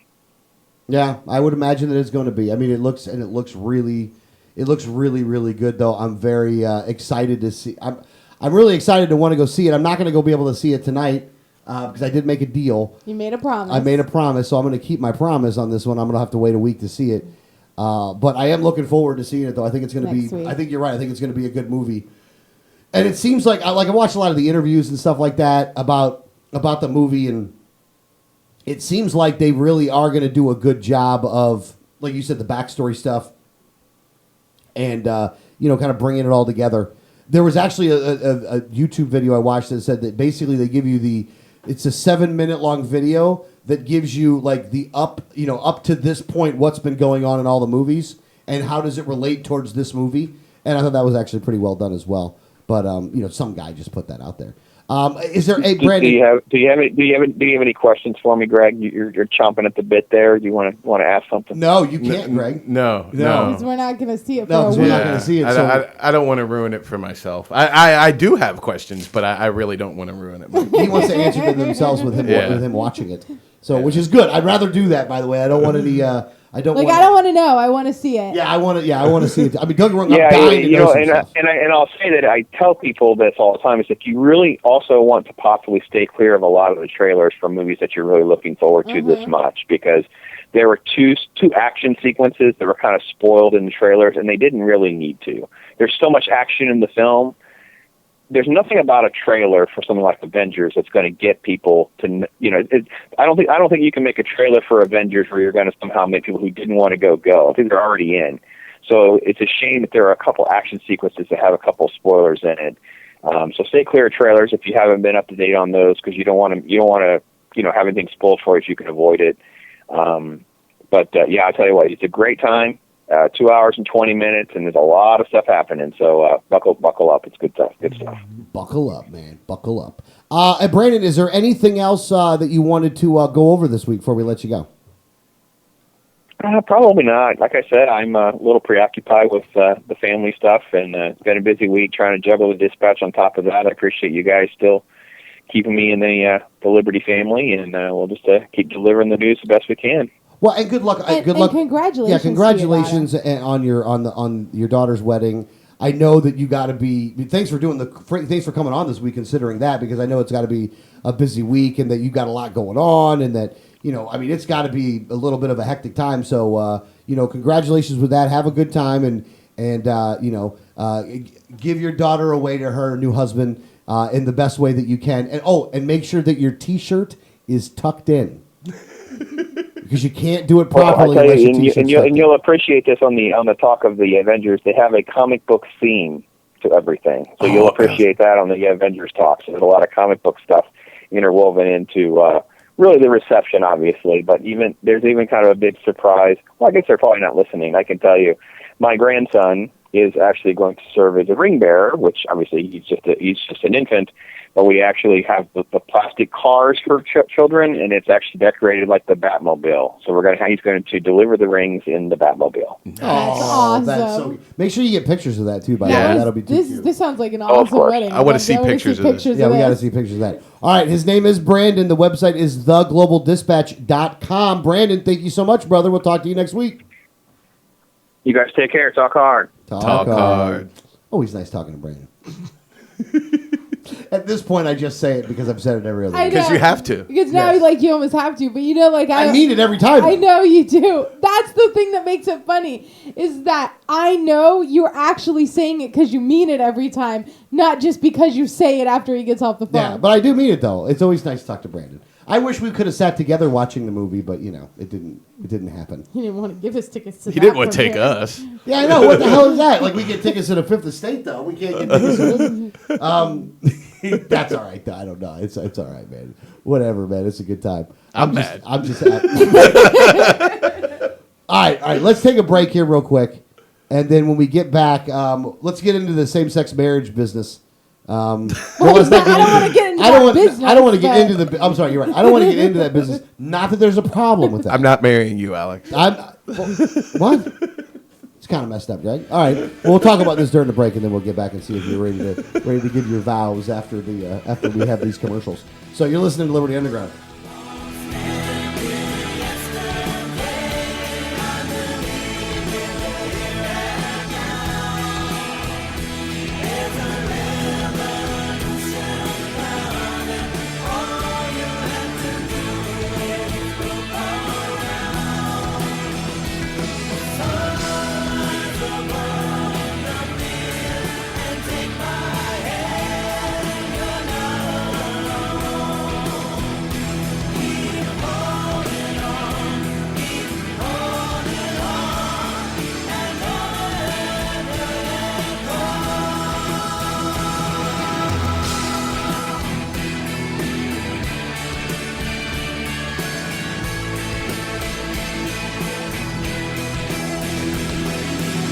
this is Gary Johnson, and you're listening to the 1787 Radio Network. Join with libertarians from across the Sunshine State as we gather for the 2015 Libertarian Party of Florida State Convention, scheduled for June 5th through the 7th. The LPF State Convention will take place at the Quality Inn & Suites Conference Center in historic Newport Richey, Florida. Gary Johnson is the keynote speaker for the convention. Other speakers in attendance include Ben Swan, Adam Kokesh, Tony Stiles, and more. For more information, visit the website at lpf2015.com. Once again, the website address is lpf2015.com. Liberty starts with a like. Facebook.com/Liberty Underground. If you received a ticket in Florida, contact Oropesa Law Offices, 800-774-9883 or tacklemyticket.com. Attorney Oropesa understands the stress associated with being charged with a traffic ticket. In many non-criminal ticket cases, there may be no court appearance, no points, and no traffic school. Attorney Oropesa handles criminal violations, DUI, and license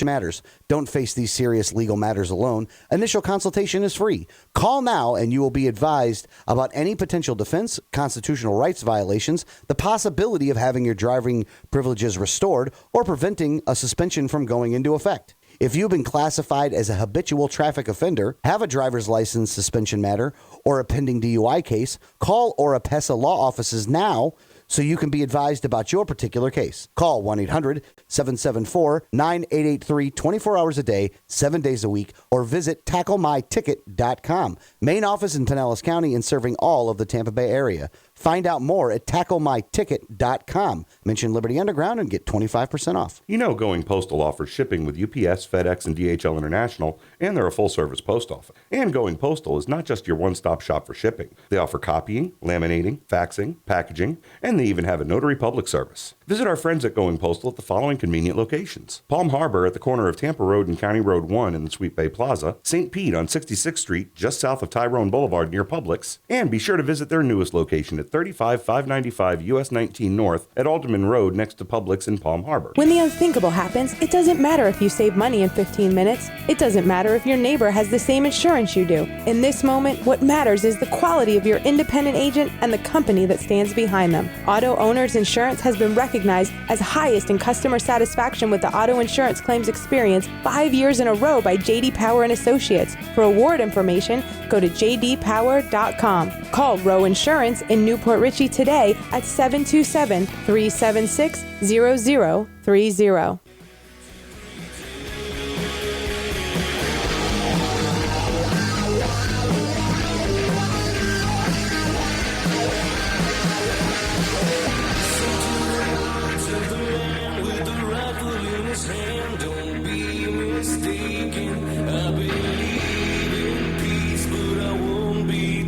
We're back. Holy, I killed myself there. Like Chevy Chase in a skip there for a We second. almost were not back. Oh my gosh. We were almost on our way to a hospital. Jim and Eddie were. That was close. Can't actually. expect him to know how to tuck a shirt in. He doesn't even know how a chair works. I'm not running for president. I'd never do that, by the way. I would never, ever run for president. I mean, that. Look, there's some guarantees in life, and that's one of them. Because I don't like having my shirt tucked in, to be honest with you.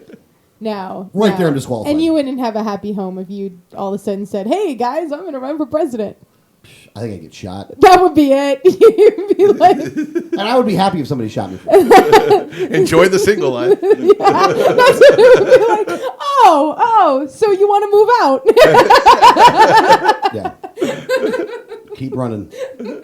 All right, let's get into the old same-sex marriage. That which shouldn't be in the government purview, I should say. No. So and we talked about this a few months ago, how the Supreme Court had finally decided that it would take up the issue of same-sex marriage. For the last several years, probably the last 2 years, they have been denying. A lot of cases have been asked to go to the Supreme Court, and they have been denying hearing anything in the states that are banning same-sex marriage. They just not letting it be an issue that they take up. And the reason why it keeps going to them, and they kept denying it, is because these same-sex marriage bans have been overturned in just about every federal appeals court. Yeah. And so the states have then wanted to go to the Supreme Court to keep it going when it's been overturned. And the Supreme Court has not wanted to hear it. They've been denying it, which has meant that all of the states where a federal appeals court has overturned the ban, called it unconstitutional, same-sex marriage has had to been allowed in those states, and the Supreme Court saying, no, we're not going to hear it, has kind of let that ruling stand.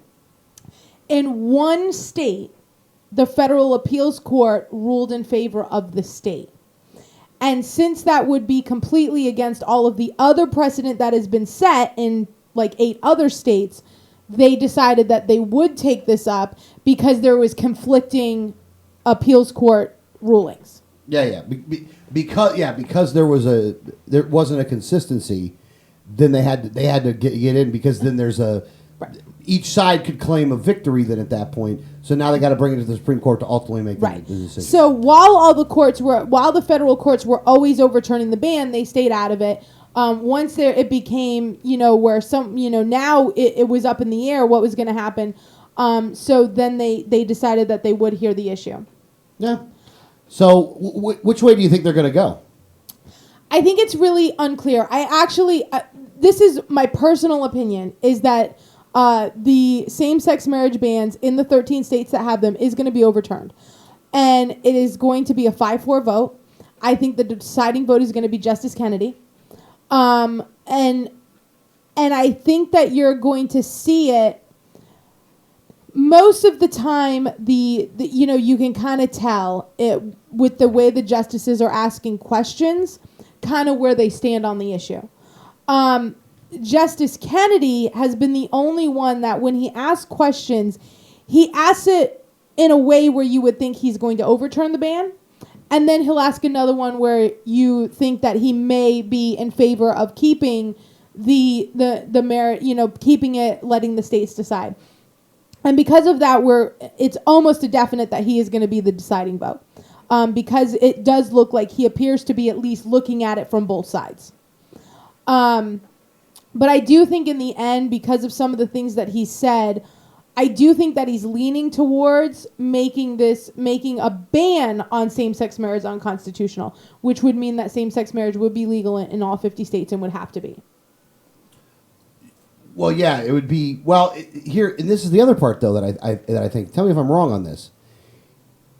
What this could do, possibly, is in some of the states that are so adamant about not giving marriage licenses to gay people, right, that they'll just stop issuing licenses altogether. And this is what could happen, is that you could end up seeing the libertarian solution because the Supreme Court rules that a state cannot ban same-sex marriage.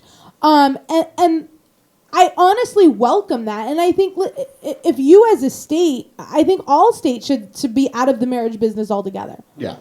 There is no reason. What a license is, and this is what, the definition of a license is a special permission for something that would otherwise be illegal.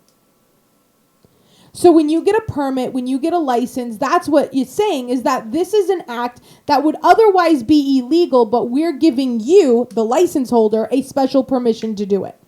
Yeah. Yeah, that's true. So get rid of that for everybody. That, everybody can get married and the government doesn't recognize any of it. I think it's funny how when people who like to use the force of government aren't getting their way out of the force of government, all of a sudden they take the libertarian position. It is kind of funny how that happens. It is every single time. Every single time. If I'm not getting my way, then it's the libertarian way. Yeah, everybody should do it. It's all about choice. Like, how many times have you heard Democrats talk about choice, by the way? Right. I always laugh whenever I hear it because you don't believe in choice in almost every other way except for, like, certain ways. Like a couple ways, you're all choice. New York Democrats don't want me to choose how much soda I can buy, so... Yeah, exactly. So I definitely think that you're going to see, I think the ban is going to be lifted. I think that it's going to be called unconstitutional. And for the reasons that we have a 14th Amendment, I believe that the states do have a right to be able to, kind of regulate themselves. However, because of the, incorporation after the Civil War, that we didn't turn into, that we went from 50 sovereign states to one nation and things like that, these arguments, until we return back to not incorporating the U.S. Constitution to the states, you are going to have where the federal government does have a role in these types of issues where, one segment of the population is being, treated differently than another. And that's exactly what you have here. So I think the Supreme Court is going to see that. I think they're going to stand on the 14th Amendment instead of the 10th, which right now you have a couple justices saying no, by the 10th Amendment, the states have the right to do this. I think that we've seen the Supreme Court many, many times choose, a federal solution over a state solution. So because of the 14th Amendment, I think you're going to see them stand on that and say that all laws within the country have to be applied equally to every citizen. And so I think you're going to end up seeing that a ban on same-sex marriage is going to be ruled unconstitutional. And then I think you're going to see many, many states just say, fine, then we're getting out of the marriage business because we don't want to force someone to sign a marriage certificate for someone that they don't believe that that's right. So instead, we'll just get rid of them altogether, which is the solution we should have been talking about from the beginning. Yeah. This is the funny part about this debate, is that you have highly contested people on both sides of the equation here that have morphed the actual debate into something that it shouldn't even have been morphed into. Is that it's gone down a road on both sides that it never should have gone down to. That the only solution that you could actually find agreement on both sides, at least for the most part, not everybody, because there's some people even that are on the gay side that think, well, everybody should have to recognize it and the government should be involved with it and that's just the way it is and that's the way we're going to go about it. I don't think that the majority of the gay people actually agree with that. They just want to be able to get married. And that's all they want. They don't really care about the government. If you said, look, you can get married if you want to. Government's not recognizing any of it anymore, so you can do what you want. I think they would go, okay, that's cool. I like that solution. It'll work out.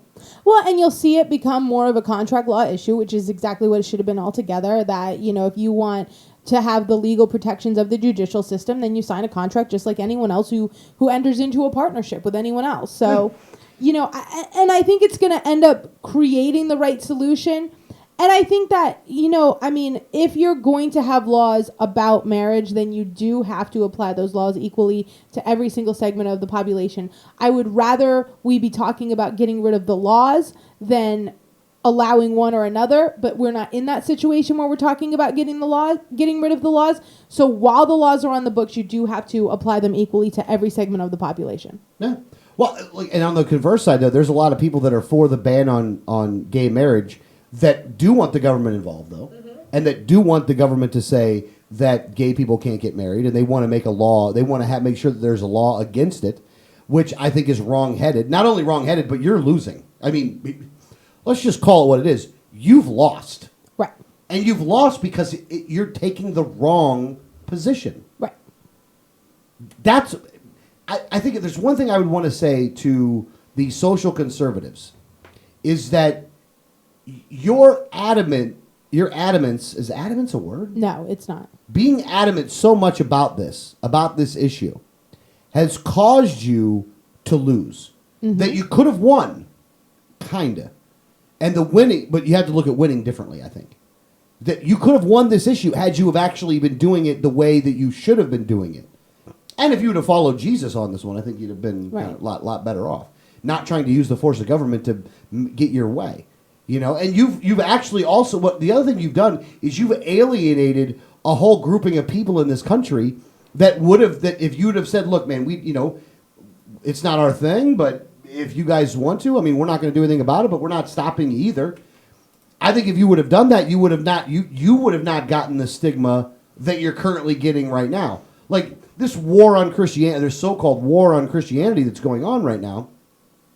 Some of this is because you guys are involved in something that you shouldn't have been involved in. Like, marriage is not a government institution. It's a religious institution. The fact you tried to keep it as a government institution gave the people that were opposed to you all the ammunition they needed in order to beat you. And it made you look like dummies in the process. And I actually agree that the same-sex marriage issue becoming the way it has is because of Christians. Because they have wanted to use the force of government to enforce their views on it, to the point where now we're in the situation that we're in, where if they had actually just wanted to keep the government out of it, they would have had the freedom to not participate in it while letting other people live the way they want to live, but saying, Christians can't participate in it. But once we start getting federal laws, federal bans on these things, now you're going to see where churches who incorporate, which is just about all of them, are going to now be forced to provide services for same-sex couples. And if they had just left it alone to begin with and not gotten government involved, then we wouldn't be having this issue. It's not biblical. Even refusing service to same-sex couples is completely against the Bible. It's completely against Jesus' teaching. There was a law that was in the Roman times when Jesus was there, and the law of the land was that if a Roman soldier said, you need to carry my bags, that you had to carry them for 1 mile. And everything that the Romans were doing was completely against the Christian's religion. I mean, just completely against the teachings of Jesus. And someone asked Jesus, well, what if I'm forced to carry someone's bags who are doing something that I believe is wrong? And he says, I'll say to you this, if someone forces you to carry it 1 mile, carry it 2. Because you should be the example and the first one to serve. Yeah, I mean, I do ultimately think that one of the biggest problems is, not one of the biggest problems, but one of the problems in this situation is that a lot of people used to have that bumper sticker, WWJD, what would Jesus do? I wish they would have gone back to that. Right. Because if they would have, then we could have solved some of these problems. Again, you could have diffused the bomb that's going off right now. You really could have. And you would have lent more people, like, the gay community is much more with the Democrats than like the Republicans or anybody else, because the Democrats are the ones that are trying to cater to them. And I don't think that they necessarily wanted to be catered to, but what they do though is they view the other side, the Republicans, with so much distrust and hate and they hate the other side. But the reason they hate the other side is because when the Republicans get in charge, they try to make a bunch of rules against them. Where if you were in charge, you would go back to your supposed limited government, edict, because it's a lie. The limited government edict of the Republican Party is a lie. Right, which is the point I was going to make, is the social conservatives would never take the angle that you're talking about, because that's not what they do. They're all about getting their nose in other people's business where it doesn't belong, and then using the force of government to impose their will on those people whose business they've stuck their nose in and shouldn't have in the first place. And shielding themselves with a Bible that doesn't say what they're saying. Exactly. Well, yeah, they're looking at it from the wrong perspective. Again, I think, look, when it comes to things like the baker that wanted to bake the cake, I don't think there should be a law against that person denying service for that. And if you wanted to defend that, go ahead and defend that. Even though I think that, like what you said, though, is that, look, the Bible says you probably should have baked that cake. Well, you should have baked 2. Jesus would have baked that cake. Yeah. What he was saying is, if you're supposed to do 1 for someone that you don't believe, do 2 to show them that my love trumps all, and bring them closer to me. And to your point, Jesus never turned away a sinner for anything. And the whole point is that homosexuals are sinners. This is a sin in the eyes of God. Well, whether or not that's true, Jesus never turned away a one of them. He never turned away a sinner. He never said, you're a sinner, I can't heal you. Mm-hmm. You're a sinner, I can't feed you. In fact, he put himself on the line to save them. He would put them first. He would put them first, and he put himself on the line to save them. Let he who is without sin cast the first stone. He stood up and put his own life on the line to save a prostitute. Yeah. I think that if people were to actually follow the teachings of Jesus, that this world would be a lot better place. Yeah. I will agree to that 150%. Not to say that, again, all I'm saying is that if you'd listen to what the guy said and been the example that he was, then this world would be a lot better off right now. The problem is that, like with most things, is that people twist it for their own devices, whatever those devices are, and that they utilize something that was good and pure for unpure things, and they try to justify that with a book that doesn't say what the hell that they think that it's saying, and it makes them look bad. Well, I mean, I can, over the years of my faith kind of evolving, I went to church. I was forced to go to church as a child, and because Italians are just like that. They force you to go to catechism and and all this stuff. So I was, and it turned me off to the point where I left going at all once I became an adult. Because I'm like, if you're not forcing me, if I'm not forced to go here, I don't want to go here. I don't like these people. And then I walked into a church as an adult. I think it was 19 or 20 at the time, and everybody was happy, genuinely happy. That every single person who walked in the door was welcomed. You had no idea what that person had done in their life, if they were a sinner, what they were doing, if they were gay. You had no idea, but you were welcomed and loved no matter what. And then when you started talking to the people and they were like, yeah, I used to be a gang member. I used to sell drugs in Chicago. I used to do this.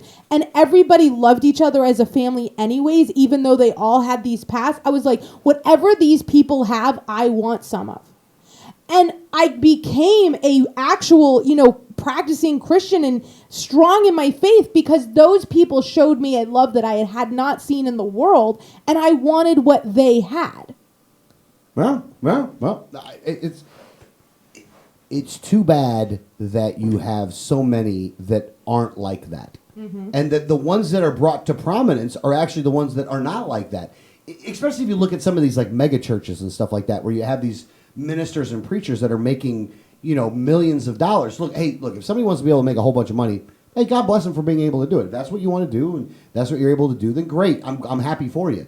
But I don't think that that's what Jesus would actually want. I mean, it's not that I talked to the guy or nothing, but I don't think that the dude would want that. I think he would want you to give all that money away and try to help the poor. Like making these churches that cost millions and millions and millions of dollars kind of go against the reason for having that church to begin with, doesn't it? Well, and listen, Jesus was never about people not being successful. He wanted people to be successful. In fact, it says many times over in the Bible that, follow me, do the work that I have planned for you, and you will be in riches. You will be prosperous. You will be successful. So there's nothing against success, but you need to be doing that out of a love, out of a devotion, and out of a wanting to love your fellow man and do the things that Jesus has asked you to do in your life. So, when you do those things, you should be prosperous. I've never felt like anything that I've done has ever been unsuccessful, except for the time that I wasn't doing the things right. So, I mean, I don't think that there's necessarily some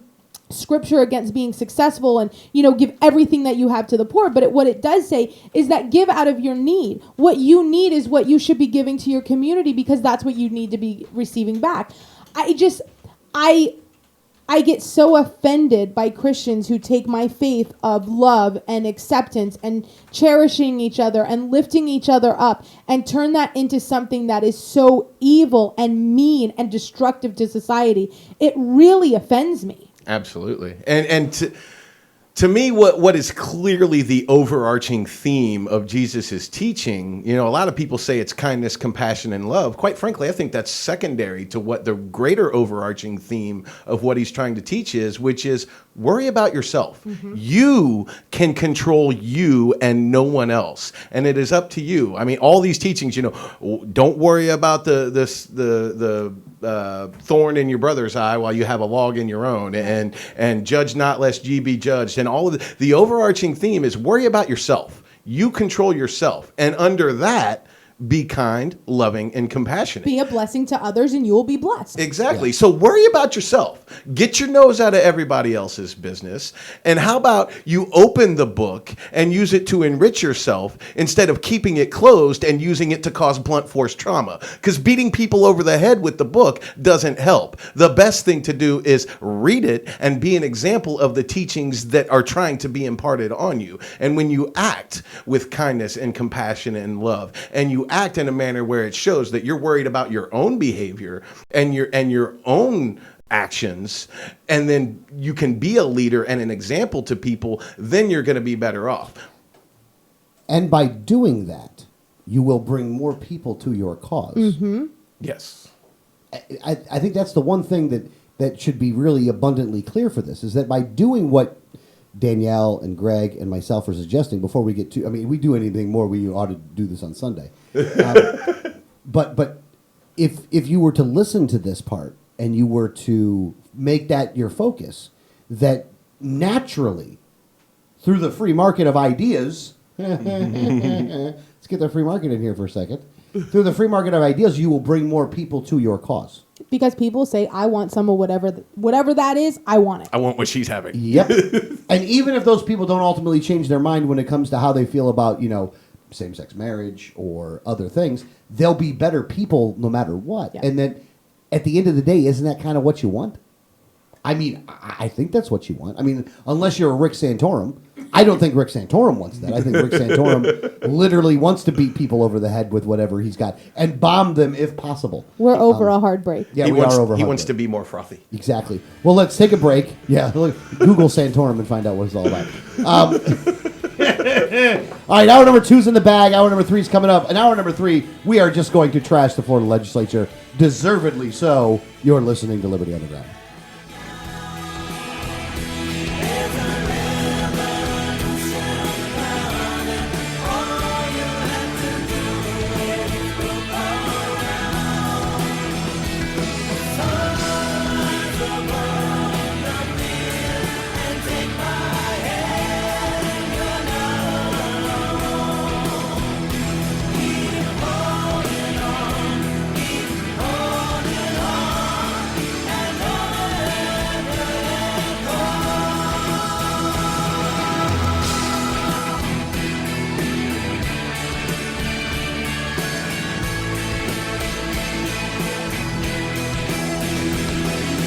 Hi, this is Gary Johnson, and you're listening to the 1787 Radio Network. Join with libertarians from across the Sunshine State as we gather for the 2015 Libertarian Party of Florida State Convention, scheduled for June 5th through the 7th. The LPF State Convention will take place at the Quality Inn & Suites Conference Center in historic Newport Richey, Florida. Gary Johnson is the keynote speaker for the convention. Other speakers in attendance include Ben Swan, Adam Kokesh, Tony Stiles, and more. For more information, visit the website at lpf2015.com. Once again, the website address is lpf2015.com. Liberty starts with a like. Facebook.com/Liberty Underground. If you received a ticket in Florida, contact Oropesa Law Offices, 800-774-9883 or tacklemyticket.com. Attorney Oropesa understands the stress associated with being charged with a traffic ticket. In many non-criminal ticket cases, there may be no court appearance, no points, and no traffic school. Attorney Oropesa handles criminal violations, DUI, and license suspension matters.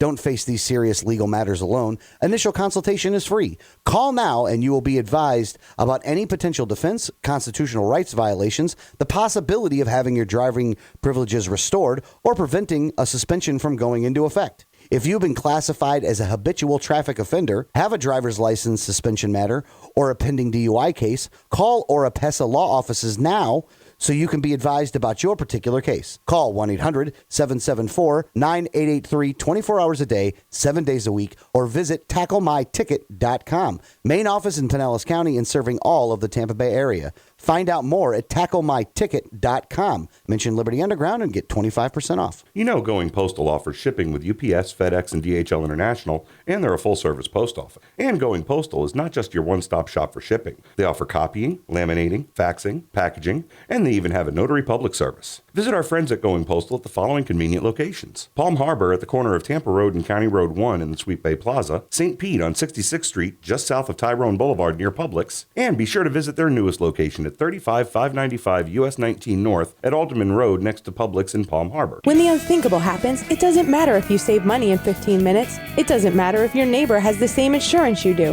In this moment, what matters is the quality of your independent agent and the company that stands behind them. Auto Owners Insurance has been recognized as highest in customer satisfaction with the auto insurance claims experience 5 years in a row by J.D. Power and Associates. For award information, go to jdpower.com. Call Row Insurance in Newport Richey today at 727-376-0030.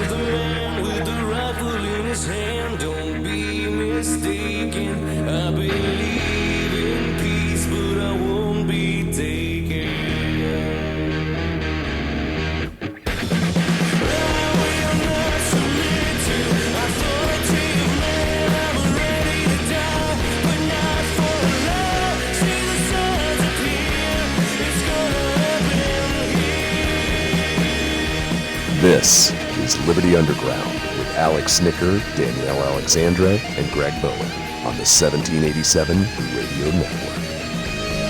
Well, good morning, Tampa Bay, St. Petersburg, Clearwater. This is Alex, co-host, Liberty Underground. Along with me is the Duchess of Doing Stuff, my own personal Wikipedia, Danielle Alexandra. How are you doing, Danielle? I'm doing good.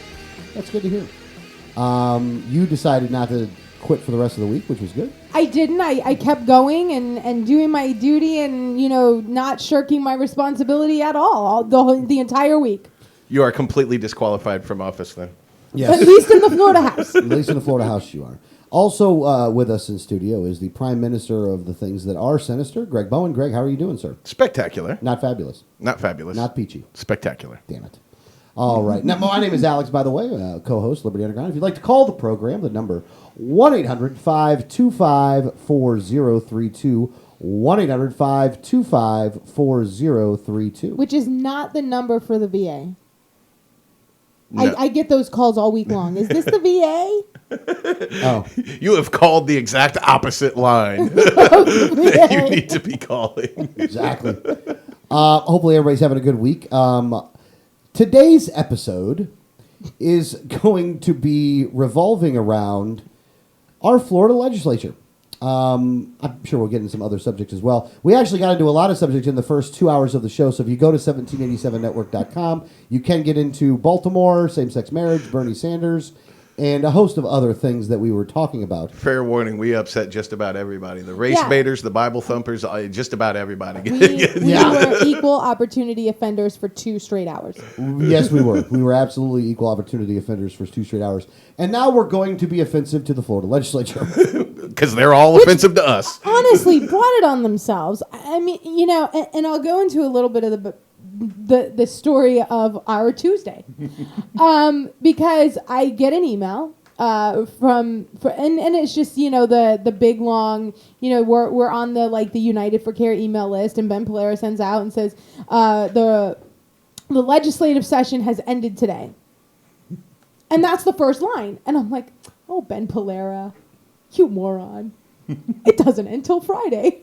And so I hit reply, and I was going to write him a letter saying that, his dates were wrong. And I said, before I do that, I haven't been online all day. I've been working on some other things, so I haven't really looked to see where my bills are in the legislative process. Let me just go look before I type anything. So I went and looked, and he was not wrong. At 1:15, on Tuesday at 1:15, the Florida House adjourned with the Senate, the Speaker of the House, calling a sine die, which the actual term sine die I think is Latin for something like without further date or something like that. It's I forget the exact term, but it just means like we're done. When you adjourn sine die, what you cannot do is reopen the session. You cannot extend the session. You cannot reopen the session. What it ends up doing is it only allows, what you can only do is have a special session. And I have to explain the difference between the session and an extended session and a special. In the regular session, it would last the 60 days that's legislated. This is a state statute that says that the session has to be open for 60 days. Then if they were behind, which we've been talking about how they're very behind in looking at bills this year, you could have an extended session where you would adjourn. They could have adjourned on Friday, and then, but not adjourn sine die, just adjourn, and they could call for a special vote to extend the session longer. And it would be until a specified day. So they could extend it for a day, they could extend it for a week, they could extend it for a month, they could extend the session, which would allow for any of the legislation that they hadn't gotten to vote on would still be allowed to be voted on. You could have any bills. Now, let me ask a couple questions here from you, because I know the answers, but I want to ask them to you on the air. You're saying that they didn't get a lot of things done anyway. What is their justification for doing this? Well, I'll get into it. I want to go through all the. Okay. You threw her No, off. hold on. Go with what you're going to go with, then. Forget my question. and go with what you're going to go with. Okay. So what they can do is open a special session, which a special session is called by the governor, the Speaker of the House, and the Senate President negotiate the terms of a special session, and they can only talk about what has already been predetermined to be the subjects of the special session. So they will create a list. We are going to deal with these issues, and those are the only issues that can be on the table in a special session. Now, were there things on the calendar that they didn't get to in the House? Yes. Well, there was lots of things that they didn't get to in the House, but what the Speaker of the House said was that, well, we've accomplished water policy, we've accomplished the Amendment 1 spending, we've accomplished a tax cut, and he named some other things that they accomplished. So he said, and because of that, we've done all that we can. We're at an impasse on the budget, so we're just gonna end session, sine die. Okay, let me ask another question. Though you said that he said that they could do all they can do, because they wanted. They're making by saying that though. They're saying that all the other issues that would have gotten brought up though, they could not get to a good answer on that. Is that statement in and of itself accurate? Okay. Let me go with his original statement and talk about that, and then I'll go into the rest. Okay. What his original statement is that all these things that they accomplished was actually not accurate, because they didn't actually accomplish them yet. What they had done was pass a House bill that was going over to the Senate. The Senate had not passed it, so it was not a done deal. All of the stuff he mentioned was not actually finished. It was over at the Senate.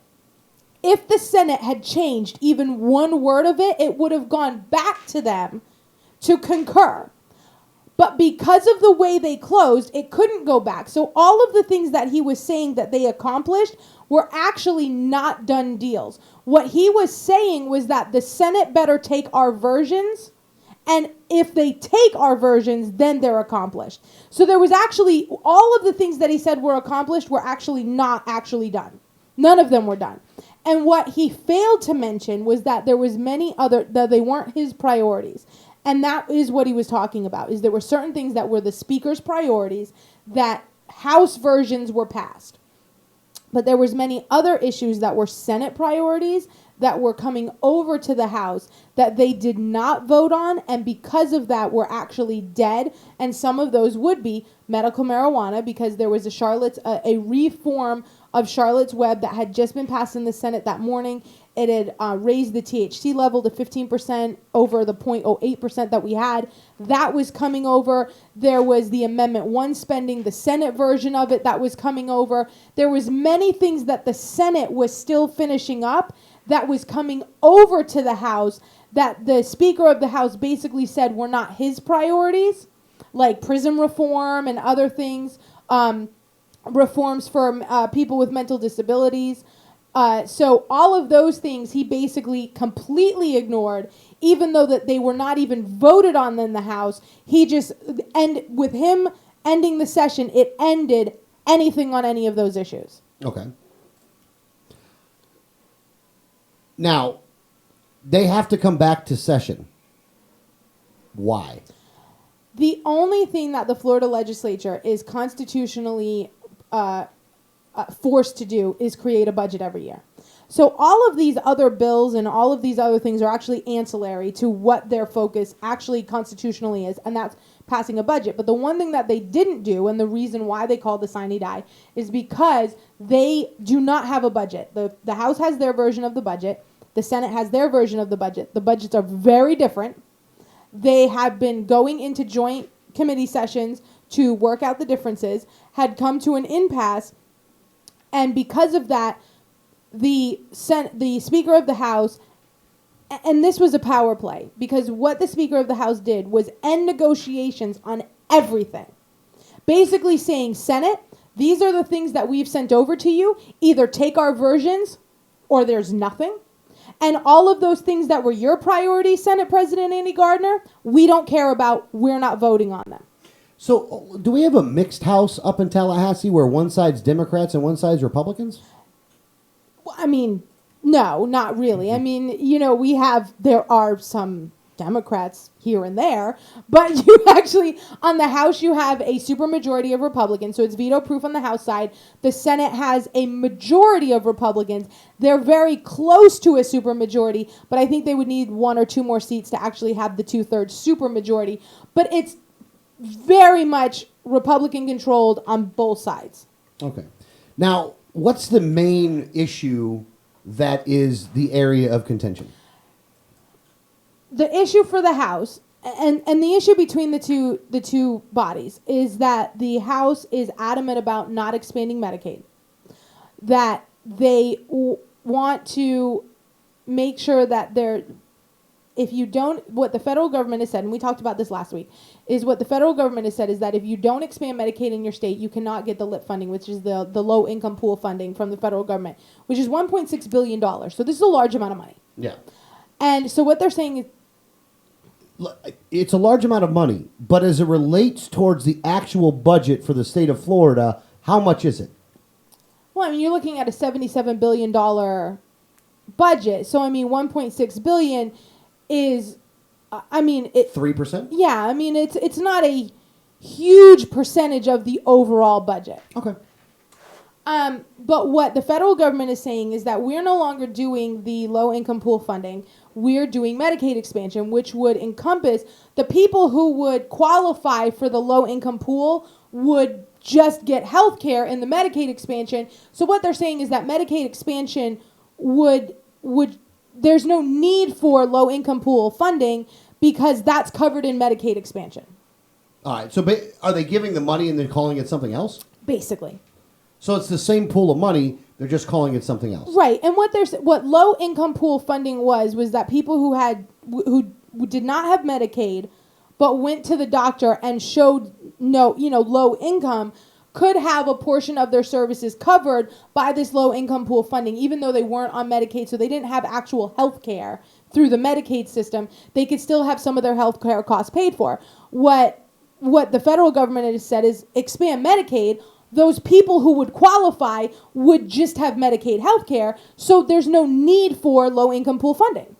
However, you agree with the House on not expanding Medicaid. I believe that we don't need low-income pool funding, and we shouldn't expand Medicaid. So I would, knowing that it was going to end in June, if I was the Florida legislature, I would have created a budget that did not include that money. Okay. Period. And you knew you were going to lose it. I don't believe in expanding Medicaid. I believe in reforming the Medicaid system because it's completely broken with the way that the Republicans in Florida have implemented it. So it definitely needs major reforms. However, let me just say this though, is that to provide the services that they're currently providing now, that you do believe that they have enough money to do that. Yes. Than enough money to do it, and because of the way in which they go about it now is just cost ineffective on a gargantuan scale. Yeah, it's just it's so mismanaged that it's bleeding money and taking away actual health care from people who need it. Give me one example of what you mean by, give me an example of a fix that you could make that would save the government a bunch of money and still provide those services. So Again, I know the answer. But I know you do because we've talked about this. But I want to prove the point, though. Yeah. There's a couple issues that is going on with the Medicaid. Right now, Medicaid in Florida has such a high level of bureaucracy that you have to submit if you're a doctor, you submit your payment forms to one actual, one department. That department may not even, it's segmented out to where the doctors are not even sure of what department should it be sent to, because there's 6 different departments that all provide the same function and don't speak to each other. So as a doctor, you give your paperwork to Department A to cover the cost that you've provided services for patient A. And then Department A will say, no, we're denying you, but won't tell you why, and it's because your paperwork should have gone to Department C. But Department A doesn't talk to Department C, and Department A doesn't tell the doctor that you should be in Department C. So there's this large amount. So doctors don't get paid all over the state. So a doctor provides services for a Medicaid patient and then get zero. They do not get paid. So in order to the user, if you're that person going in there, and you know that doctor's not going to see you, where do you go then? Well, so right now, because doctors are just saying, I don't want to, if you're a Medicaid patient, you're 6 weeks back, if I see you at all, because I'm never going to get paid for you. You now, as a Medicaid patient, if you just have, you need stitches, or, you have, a cold, or a child that has an ear infection, you're not going to see a doctor for 6 weeks. Where do you go? Well, you go to the emergency room, which now you went from $100 payment to a doctor to a $700, $800, $900 payment at minimum to an emergency room over a child with an ear infection, where they could have just seen a pediatrician for $80. So if they were to if the government were in the state of Florida were to simply streamline the process and how the doctors got paid, that they would instantly save. I mean, would they save an incredible amount of money? Millions of dollars, hundreds of millions of dollars in the system. Enough to cover the lip funding. I think you would have more doctors to choose from, so the prices would go down. Because right now, doctors won't even get involved in the Medicaid system. If you were to get rid of those 6 departments and make one payment department where everything went into one, you could get rid of a lot of the different offices, a lot of the redundancy in management and things like that. Which lowers the cost. Which will also lower the cost. And then you don't have patients going into an emergency room for an ear infection because they're just seeing their regular doctor. And in the meantime, you could be contracting with these walk-in clinics, and the Walgreens has the, walk-in clinic and their services where they charge $50 for someone to go in for a minor injury, where you could contract with them in the meantime while you're overhauling the system, to where now instead of paying $800 for an ear infection, you pay $50 to Walgreens. If you went to a more direct pay system where a patient goes into a take care clinic at Walgreens, the bill is $50, the bill goes to the state pays it. That would be far less expensive if they, not even getting Walgreens involved, just saying, oh, okay, patient, you have this bill here, we pay that, than what they're doing right now.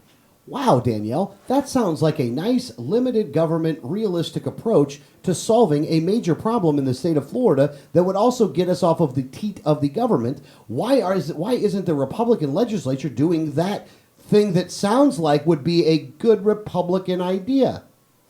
Because Republicans don't actually believe in limited government. Okay. You know what? I asked. Ding, ding, ding, ding, ding. Hold on. I asked the question the wrong way. So instead of coming up with a solution, what are they doing instead? Instead, they're fighting like children. And so now that the Senate is saying, well, we can't afford to lose $1.6 billion, so we have to expand Medicaid. Like, there's just no other way around it. We have to take the money. We have to expand Medicaid. The House is saying, we're not expanding Medicaid because expanding Medicaid is saying yes to Obamacare. So we're going to stand firm on we're not doing it. But what they're also saying is that we're going to take that $1.6 billion that we're losing, and we're going to take that from education funding and paying teachers. So, but they still want to pass things that give money to sports stadiums. Yeah, none of that is on the chopping block. I mean, like, that's not even being talked about. Let's just do away with that. So they don't want to get rid of the cronyism. They want to get rid of the pay for the teachers. Right. And now, I have to say, when the Senate says, no, we don't accept your offer, it is completely unreasonable to take that $1.6 billion from education spending and teacher pay. We're not going to agree to that. I actually agree with the Senate that they shouldn't agree to that because that's asinine. Even though you would think that they can, but that you do believe that they could cut from everywhere anyway. They could cut from so many other places. You could not touch education spending at all and cut from so many other places to make up this $1.6 billion. But I even think the education spending is out of hand because, again, you have high levels of bureaucracy that is just completely ridiculous, where you need 17 administrators in not 17, but how many? Probably 25. You might be low. Actually, in a high school, there is one school principal and generally at least 6 vice principals. So you have 8 administrators plus their administrative staff and everything else in each school that you could completely start to taper down to where you're not paying 6-figure salaries to people who actually are not in classrooms teaching. All right, Danielle. So, do you mean to tell me that if they would have stayed in session, that somehow this Medicaid expansion would have automatically passed? No. If they had stayed in session, there was nothing that would have forced them to take on Medicaid expansion and agree to it. Nothing. There was nothing in the rules that said they had to agree to it. There was nothing at all that would force them to agree to Medicaid expansion. So what they did do, and what the Speaker of the House did do, was a power play saying, you know what, Senate, I am not going to allow you to get any of your priorities passed to teach you a lesson that you will agree with us on Medicaid expansion or else. So you're saying that this is a power play from Christofouli against Andy Gardner. Now, again, I just want to make sure. So is Christofouli a Democrat? No, he's a Republican. So is Andy Gardner a Democrat? He's also a Republican. So this is one Republican fighting against another Republican but now, is Andy Gardner actually giving a solution, though? Like, did the House provide a solution to this? The House did not provide what their solution was. We're going to take funding from education to cover us not expanding Medicaid. The Senate said, we don't accept that solution. We want you to expand Medicaid because taking from education is irrational and we're not going to agree to it. What else has happened here, and we've seen this all session, the reason why some of these things are behind and the reason why we keep saying they're behind is because there has been a power play between the Speaker of the House and the Senate President all year long. Now, historically, the Speaker of the House keeps a very tight grip on the House and policy. So the Speaker is, when I say that, I mean the Speaker will punish you for not voting the correct way by stripping you of committee assignments, throwing you in an office that doesn't, that's in like the basement. Every Speaker of the House that I've ever known or heard of has done these things. The Speaker of the House keeps a very tight grip on his House members. The Senate President has always given a little more leeway. What we have seen this year, that the Senate President has given complete leeway to his senators, that the Speaker of the House has tried to keep a much tighter grip than usual, and they've been doing these power plays to each other. So if one of the speakers, the Speaker had his water policy bill come through, that was his priority for the year, gets over to the Senate President says, no committees are meeting, but we're going to give your bill 4 committee assignments. They have been doing this all session long, where anything that's been a priority of the Senate President or the Speaker of the House, when it gets to the other side, they are doing everything that they can to kill it or postpone it, to say, basically F you to the other one. But they're both doing it, though. Both of them have been doing it all session. All right, let's take the call first. Let's take the break first, and then we'll take the caller. Oh, we'll take the break and then we'll take the caller? Yeah. Okay, all right. Well, let's take a break. First off, Danielle, let me just say this. Thank you for the analysis that you have given on what they've been doing in Tallahassee. And I'm glad that you were able to kind of lay all that stuff out so we can lay them out after the break. All right, let's take a break real quick. You're listening to Liberty Underground.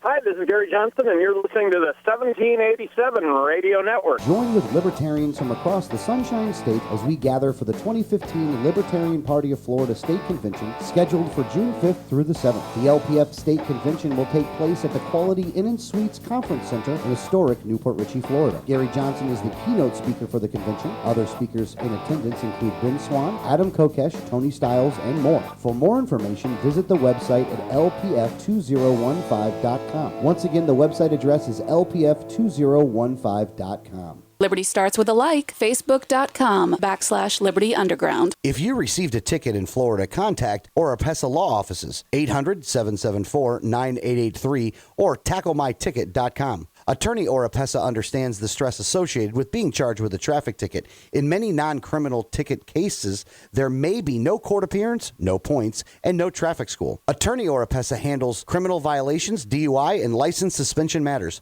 Don't face these serious legal matters alone. Initial consultation is free. Call now and you will be advised about any potential defense, constitutional rights violations, the possibility of having your driving privileges restored, or preventing a suspension from going into effect. If you've been classified as a habitual traffic offender, have a driver's license suspension matter, or a pending DUI case, call Oropesa Law Offices now so you can be advised about your particular case. Call 1-800-774-9883 24 hours a day, 7 days a week, or visit tacklemyticket.com. Main office in Pinellas County and serving all of the Tampa Bay area. Find out more at tacklemyticket.com. Mention Liberty Underground and get 25% off. You know Going Postal offers shipping with UPS, FedEx, and DHL International, and they're a full-service post office. And Going Postal is not just your one-stop shop for shipping. They offer copying, laminating, faxing, packaging, and they even have a notary public service. Visit our friends at Going Postal at the following convenient locations: Palm Harbor at the corner of Tampa Road and County Road 1 in the Sweet Bay Plaza, St. Pete on 66th Street just south of Tyrone Boulevard near Publix, and be sure to visit their newest location at 35595 US 19 North at Alderman Road next to Publix in Palm Harbor. When the unthinkable happens, it doesn't matter if you save money in 15 minutes.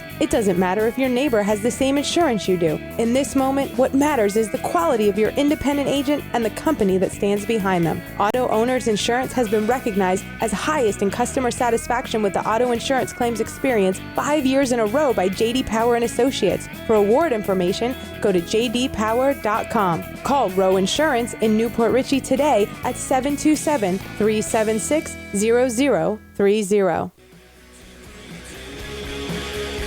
Welcome back to Liberty Underground on the 1787 Radio Network. If you would like to call the program, though, the number is 1-800-525-4032. That's 1-800-525-4032. Matter of fact, Greg is taking a call as we speak. It's a gentleman by the name of Ian from Clearwater, and he's going to transfer him over right now so we can get to Ian's either comment or question. And we'll see how this works out. Hopefully it works out okay. I am going to give him one warning before, though. What's that? Ian, are you there? Hey, I'm doing fine. How about yourself? I'm doing good. I just want to make sure that I say this because we haven't had you on the air before, Ian. At least I don't remember you being on the air. So just know that we're on Tan Talk's airwaves. They have no blocker whatsoever. Like they don't have a dump button. So whatever you do, if you're angry, just don't curse. That's all. Go ahead, though.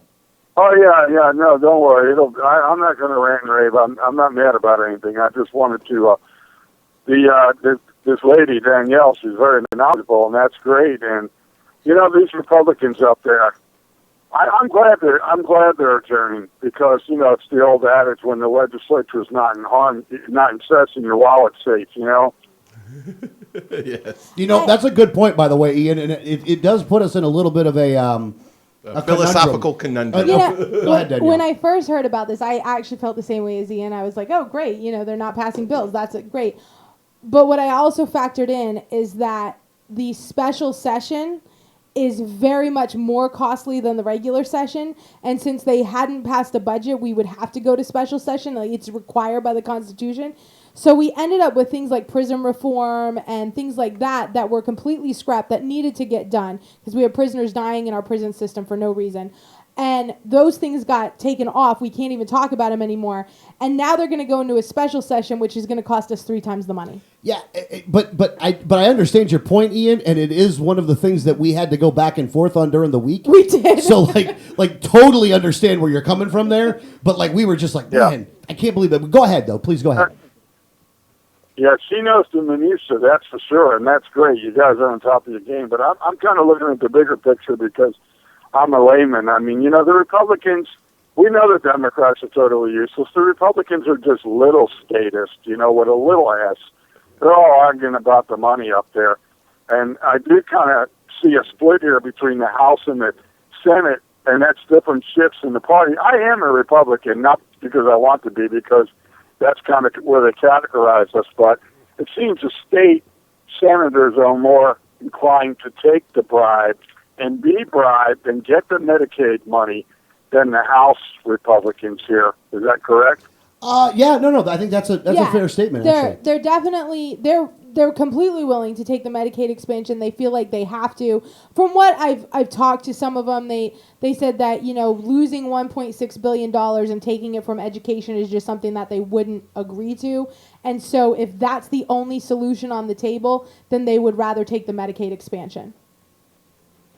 Yeah, and it's really revealing. If you look at the big picture, it's again the Republicans are playing with the progressive playbook here because it's either or. It's either Medicaid or nothing. What about the free market alternatives? They're not even talking about that. And the education, as far as I'm concerned, I'm all for separation of church and state.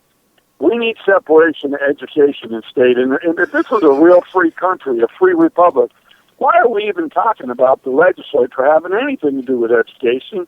I mean, from the beginning of this republic till about 1900, there was no such thing as public schools. People went out and got their own education, and the church did it, or people were self-taught, or they got apprenticeships, or the people in the town hired a private school master. Why do we even need to have this government? We need separation of government and education, along with separation of church and state. We need separation of state from education. You know what? I would completely agree with you on this one, and I think that one of the when you go to Tallahassee and you watch these guys operate up there, and I think the first comment that you made, Ian, that was a good kind of a good comment, but that I have agreement with you, but I also kind of disagree a little bit with you, is that we know what the Democrats are at, but we know the Democrats are worse off than the Republicans are. But the Republicans are still bad, but they're just like little status instead of the big status, which is in some ways is an accurate term. But also when it comes to what was going on in Tallahassee this session, and I can only equate it to this session because we really paid attention this session, is a little bit doesn't really get to the core of what they were trying to do up there. And I'll give you education's a great example of this, where you had Democrats proposing amendments to bills that were good amendments to bills that would have actually made education a little bit easier on the state of Florida. Again, wasn't solving the problem, though. I'll totally agree with you there. And for the simple fact that it was a Democrat that was proposing it would actually be denied, but then a Republican would do something not even similar, but kind of similar, and they let the Republican solution go through. And when it comes to like the healthcare thing, like Danielle said earlier, the real solution is not to cut the funding, but they have to actually fix the problem. And if they don't fix the problem, then eventually you're going to get this solution that is a bad solution no matter what, because something has to be done. It's costing us way too much money to do it. But if we were to incorporate a couple simple things, we could start reducing that money. But again, we're on this show, we're libertarians. I would like them to get out of the business of most of these things altogether, including the education and including healthcare, not because I don't want people to be taken care of, but because we realize that the government does such a horrible job of doing it, and nobody up there is getting it right. And you have way too many people up there, especially in leadership, that really are kind of statists. I mean, that's a great way to, like, if you watch, I'll give you one thing, and again, Ian, I don't know what you watch, what you don't watch, so I don't want to insult your intelligence, but I do want to say, if you haven't had a chance to watch the Florida channel, give that a couple hours if you can make it through the couple hours, only because it's so disgusting.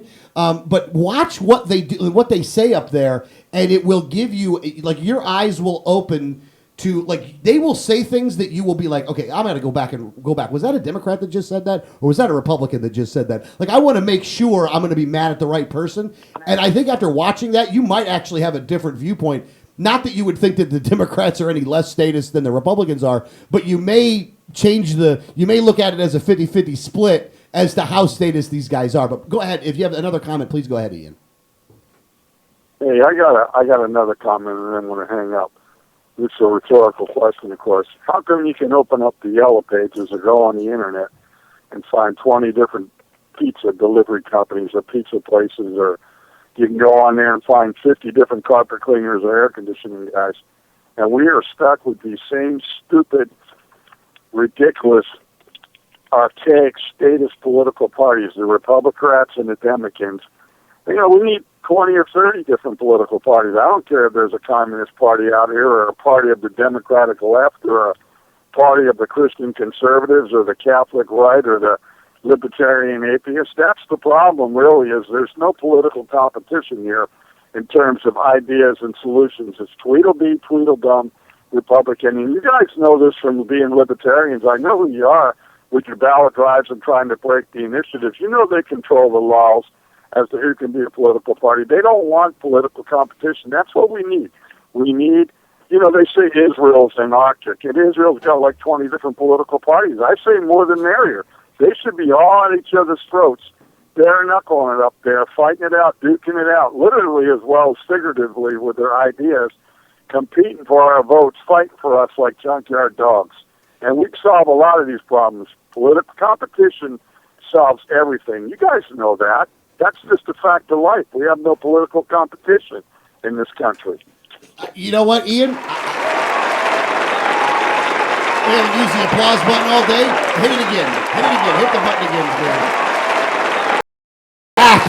Exactly.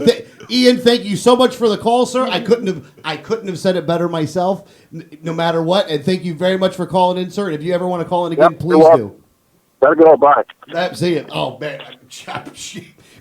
Okay. He's absolutely right, though. And we talk a lot about free markets.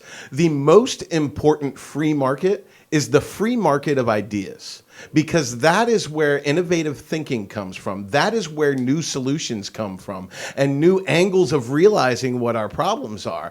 And he's absolutely right. We need philosophical and ideological diversity and a free market of ideas. And by pigeonholing us into two parties, which is really one party. Right, which is really one party, but making people think that you only have a choice between two parties and they have this dogmatic control over what ideas you're allowed to have within those parties. There is no free market of thinking in this country, and that's the biggest problem. And it goes back to the educational system, quite frankly. Well, and I do want to say this, and I want to be as very respectful to Ian as I possibly can be with the statement that I'm about to make. And I understand the reasons why he does choose, like if he wants to stay in the Republican Party, that he does choose that. However, the first step on that actually does start with the individual.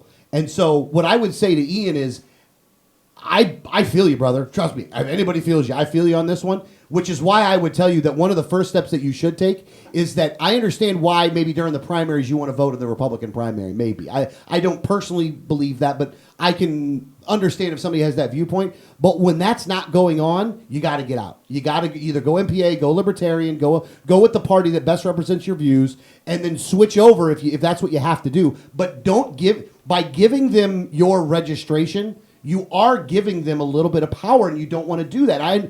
Ian, I guarantee you don't want to do that. So what I would say is, go down to your supervisor elections and get out of the Republicans, and this goes for Democrats on the air too. Get out of that party if you want to be able to vote in that primary. If there's somebody that really kind of speaks to you in that primary in the 60 days before the election, switch over. 30 days. 30 days before the election, switch over, go make that vote, and then switch back out. That way, it shows them that that you're not giving them your tacit approval, which I don't think you are. I guarantee you, Ian, if you were talking to a politician right now, you probably wouldn't have been as nice as you were on the air. So thank you for being nice on the air. But I would look at it from don't give it. You're right. We need more competition up there. In my perfect situation, you would have like 6 parties that each party only had like maybe 5 or 10% of the population as registered in that party, and then the rest of them were all MPAs, and that would stop a lot of the problems. The other thing it would do is it would eliminate a lot of the corruption, because I think that the corruption is something that both the Democrats and the Republicans agree with, that if you had libertarians and green there and stuff like that, fighting like junkyard dogs, which I really do like that term, by the way, fighting like junkyard dogs, I think what you would also see is that the corruption would not stand, because if the Libertarians and the Green Party saw that the Republican was doing something that was corrupt, then they would call them out. That would force the Democrat to have to say the same thing. But if the Democrat was the one doing it, then the Green Party and the Libertarians would call that guy out, and the Republicans would have to go with us, where we're ganging up 3-on-1. So you would eliminate a lot of the corruption, I think, looking at it that way. Is that a good way of looking at it, Danielle? Yeah, I mean, I think that and I've said it before. I think that would do a lot. I think that if the majority of the population was NPA, no one would be able to pander. And the reason why is because you wouldn't know where anyone stood. If I'm no party affiliation, you have no idea where I stand on any issue. So your best bet is to be honest, because you have no idea if what you're going to say is going to impress me or not. Yeah. And another thing is, when you have 6 to 8 political parties that are running candidates, J.P. Morgan can't afford to buy all the candidates now. As it is with 2 parties, J.P. Morgan buys both of them, and they can afford it. And they get a 70-30. Like, it's funny with the donations that you see go on with the politicians. In the state, is that it literally is the percentage of the membership that's in the House and the Senate. Like, right now in Florida, it goes 70-30. 70% Republicans, 30% Democrats. Because the House is made up 70% Republicans, 30% Democrats. Like, it's so transparent that it's sad that it's not talked about. Yeah. The second part of that, it's split 70-30, 70% Republicans, 30% Democrats. But the second part of the point you're making is you look at the donor rolls and the donor list, and J.P. Morgan has donated 70% of their money goes to Republicans, 30% goes to Democrats. Yeah, like Duke Energy is such a bad word, right? Like, they give both sides money. Yeah. Like, how can any of them complain when they're both getting paid by the same people? Yeah. It's just the percentages. Which the Public Service Commission relief for the taxpayers of Florida and relief in your electric bill was also one of the priorities of the Senate that just got canceled out by the House and will not be heard. Yeah. Something that a lot of people that are in the House actually won their elections on. Yes. Yeah. And they just put the kibosh on it. We need to point that out come time for them to rerun for their... Well, yeah, there's one more year, so we'll see what happens next year, but you're right, though.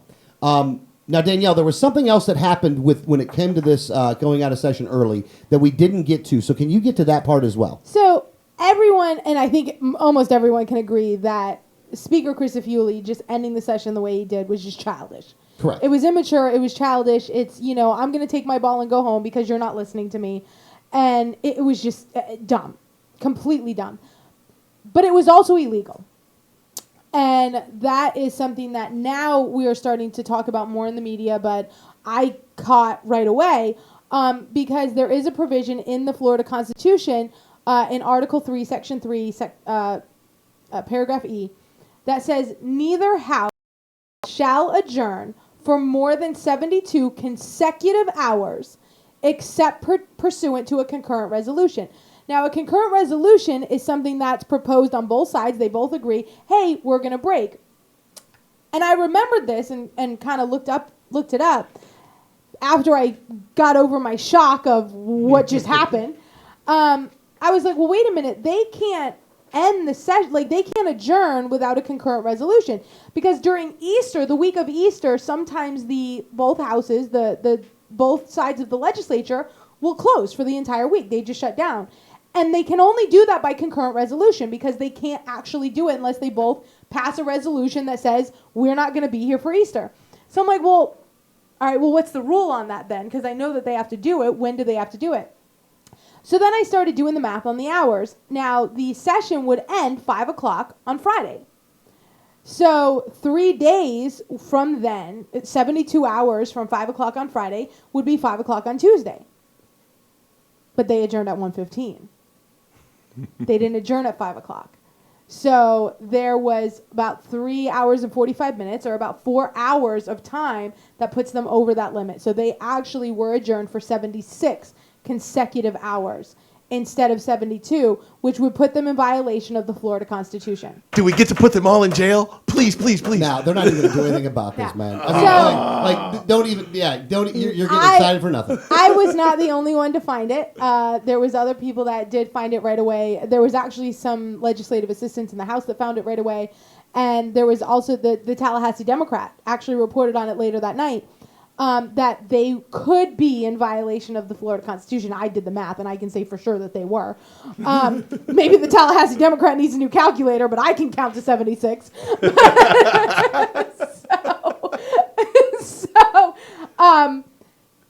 Senator Gardner did say on Wednesday that he would not be going. Senator Gardner, the Senate would be the ones that would hold the House accountable. The House would hold the Senate accountable. So Senator Gardner said, yes, I do know that they've broken the rule. We're not going to make an issue out of it. We're here to do work. We're going to keep working. Well, the Senate Democrats didn't agree with him. So they have filed with the Supreme Court to say, we were here to work. They violated the Constitution when they ended. So they need to come back or be held accountable for being in violation of the Constitution. At the end of the day, they broke 4 hours early. I don't care how Rich Workman put out a statement that said, as the chairman of the Rules Committee, I was the one that had to say that this was constitutional, and I assure you it was. Well, apparently Rich Workman, Representative Workman, also cannot count to 76. Because I can. It's not difficult. In fact, I probably could get any first grader in here and we can count to 76 together. They broke at they were 76 consecutive hours. And it doesn't say business hours. It doesn't say 72 business hours. It says consecutive hours. They're at 76. I know how to do the math.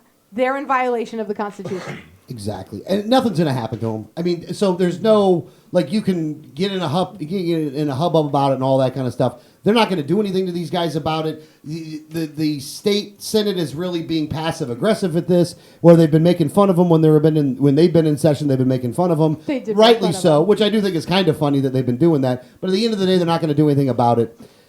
Now, here's my rant on this one. I don't ever want to hear someone tell me that libertarians couldn't govern better than what we're currently seeing up in Tallahassee. I don't ever want to hear this, because these people are, again, it is a Republican-controlled House, veto-proof, a nearly veto-proof Republican majority in the Senate. The governor is a Republican. The entire cabinet is Republicans. It is Republican-run completely in Tallahassee. And has been for many years. And has been for a long time. And this is what we're seeing. Petulant children. Is that Krista Fooley, this guy is a child. This guy took his ball and went home because he didn't want to hear it anymore, and he was going to get his way or the highway instead of actually doing his job. They're paid to go up there for the entire session and to do their job. And while, as a libertarian, I would be happy that while the government's not, while the House is not in session, they're not making any laws that could harm us. They've already passed all the laws that were going to harm us. They already passed those laws. What they didn't pass were laws that were on there that actually could have helped us. And I don't mean help us by giving us money, helping us by upping 15% on medical marijuana, getting rid of some of the taxes, getting rid of the money that we're having to give the Duke Energy for a nuclear plant that doesn't exist and that will never exist. Is that they're stealing money from us, and at a time frame where they could have passed some things to stop stealing money from us, they packed up, took their ball, and went home. You are a sad excuse for a representative, and I really do hope that the people that were in charge are held accountable at the minimum by the ballot box. Is that they should lose their majority because of this. Not to say that they should elect Democrats, mind you, that they should actually elect libertarians or MPAs, for Pete's sake. Anybody but the fools that they got up there right now that are playing with the game. And it starts at Krista Fooley, it goes down to Corcoran, it goes to Dana Young, it goes to all the people in charge up there, Plakin, the rest of them. All of them up there, you allowed this to happen. You didn't stop it from happening. You didn't raise a stink about it. You all fell in line. Even some people that should be falling in line right now all fell in line with this crap. And I got to tell you, it really is disappointing to see all the people that should have spoken up about this falling in line with leadership. Now, I know why you are, is that you're siding with leadership because you're afraid of leadership. Well, you know what? maybe you need to be taught a lesson because you should be fearing the people that are electing you into office a lot more than the leadership that made a disgustingly horrible call because they're a bunch of babies. And I don't want to hear anybody tell me that, well, we got to have Republicans in charge because, they can actually get the job done. Libertarians would never do it. I don't care if you stuck Mike Kane, Steve LaBianca, and you just name a couple other libertarians that I don't get along with. I'd rather have them up there dealing with this stuff. They wouldn't act like this. I mean, you just take 50 of the, or 150 of libertarians and you just pull their names out one at a time. And they would do a better job than what you people are doing. We'd at least have a more honest government right now. And that's what we don't have. I actually think you could take the phone book and randomly pull out 160 names and end up with a better legislative body than what we have right now. Yeah, and they would, you know what the problem, you know what the good thing is too? Those people would realize that they don't know what they're doing, and they would actually start to study so they could learn what the hell to do.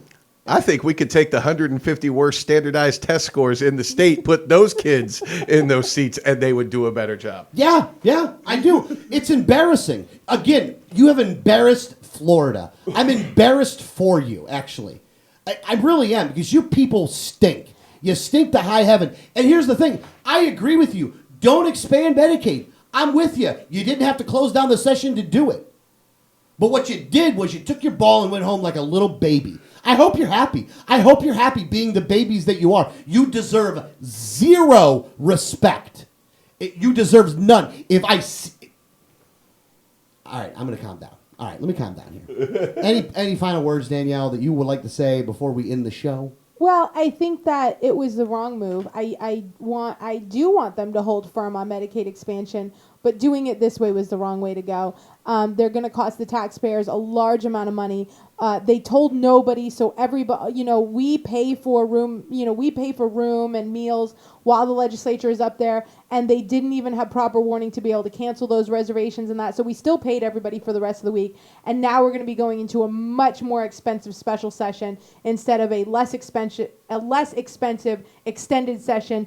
All because of, just stomping their feet. So it was just the wrong move. Exactly. All right, guys. That is the show this week. Website 1787network.com is the website address. I hope you have a good weekend. I hope you have a safe weekend. And we'll see you next week.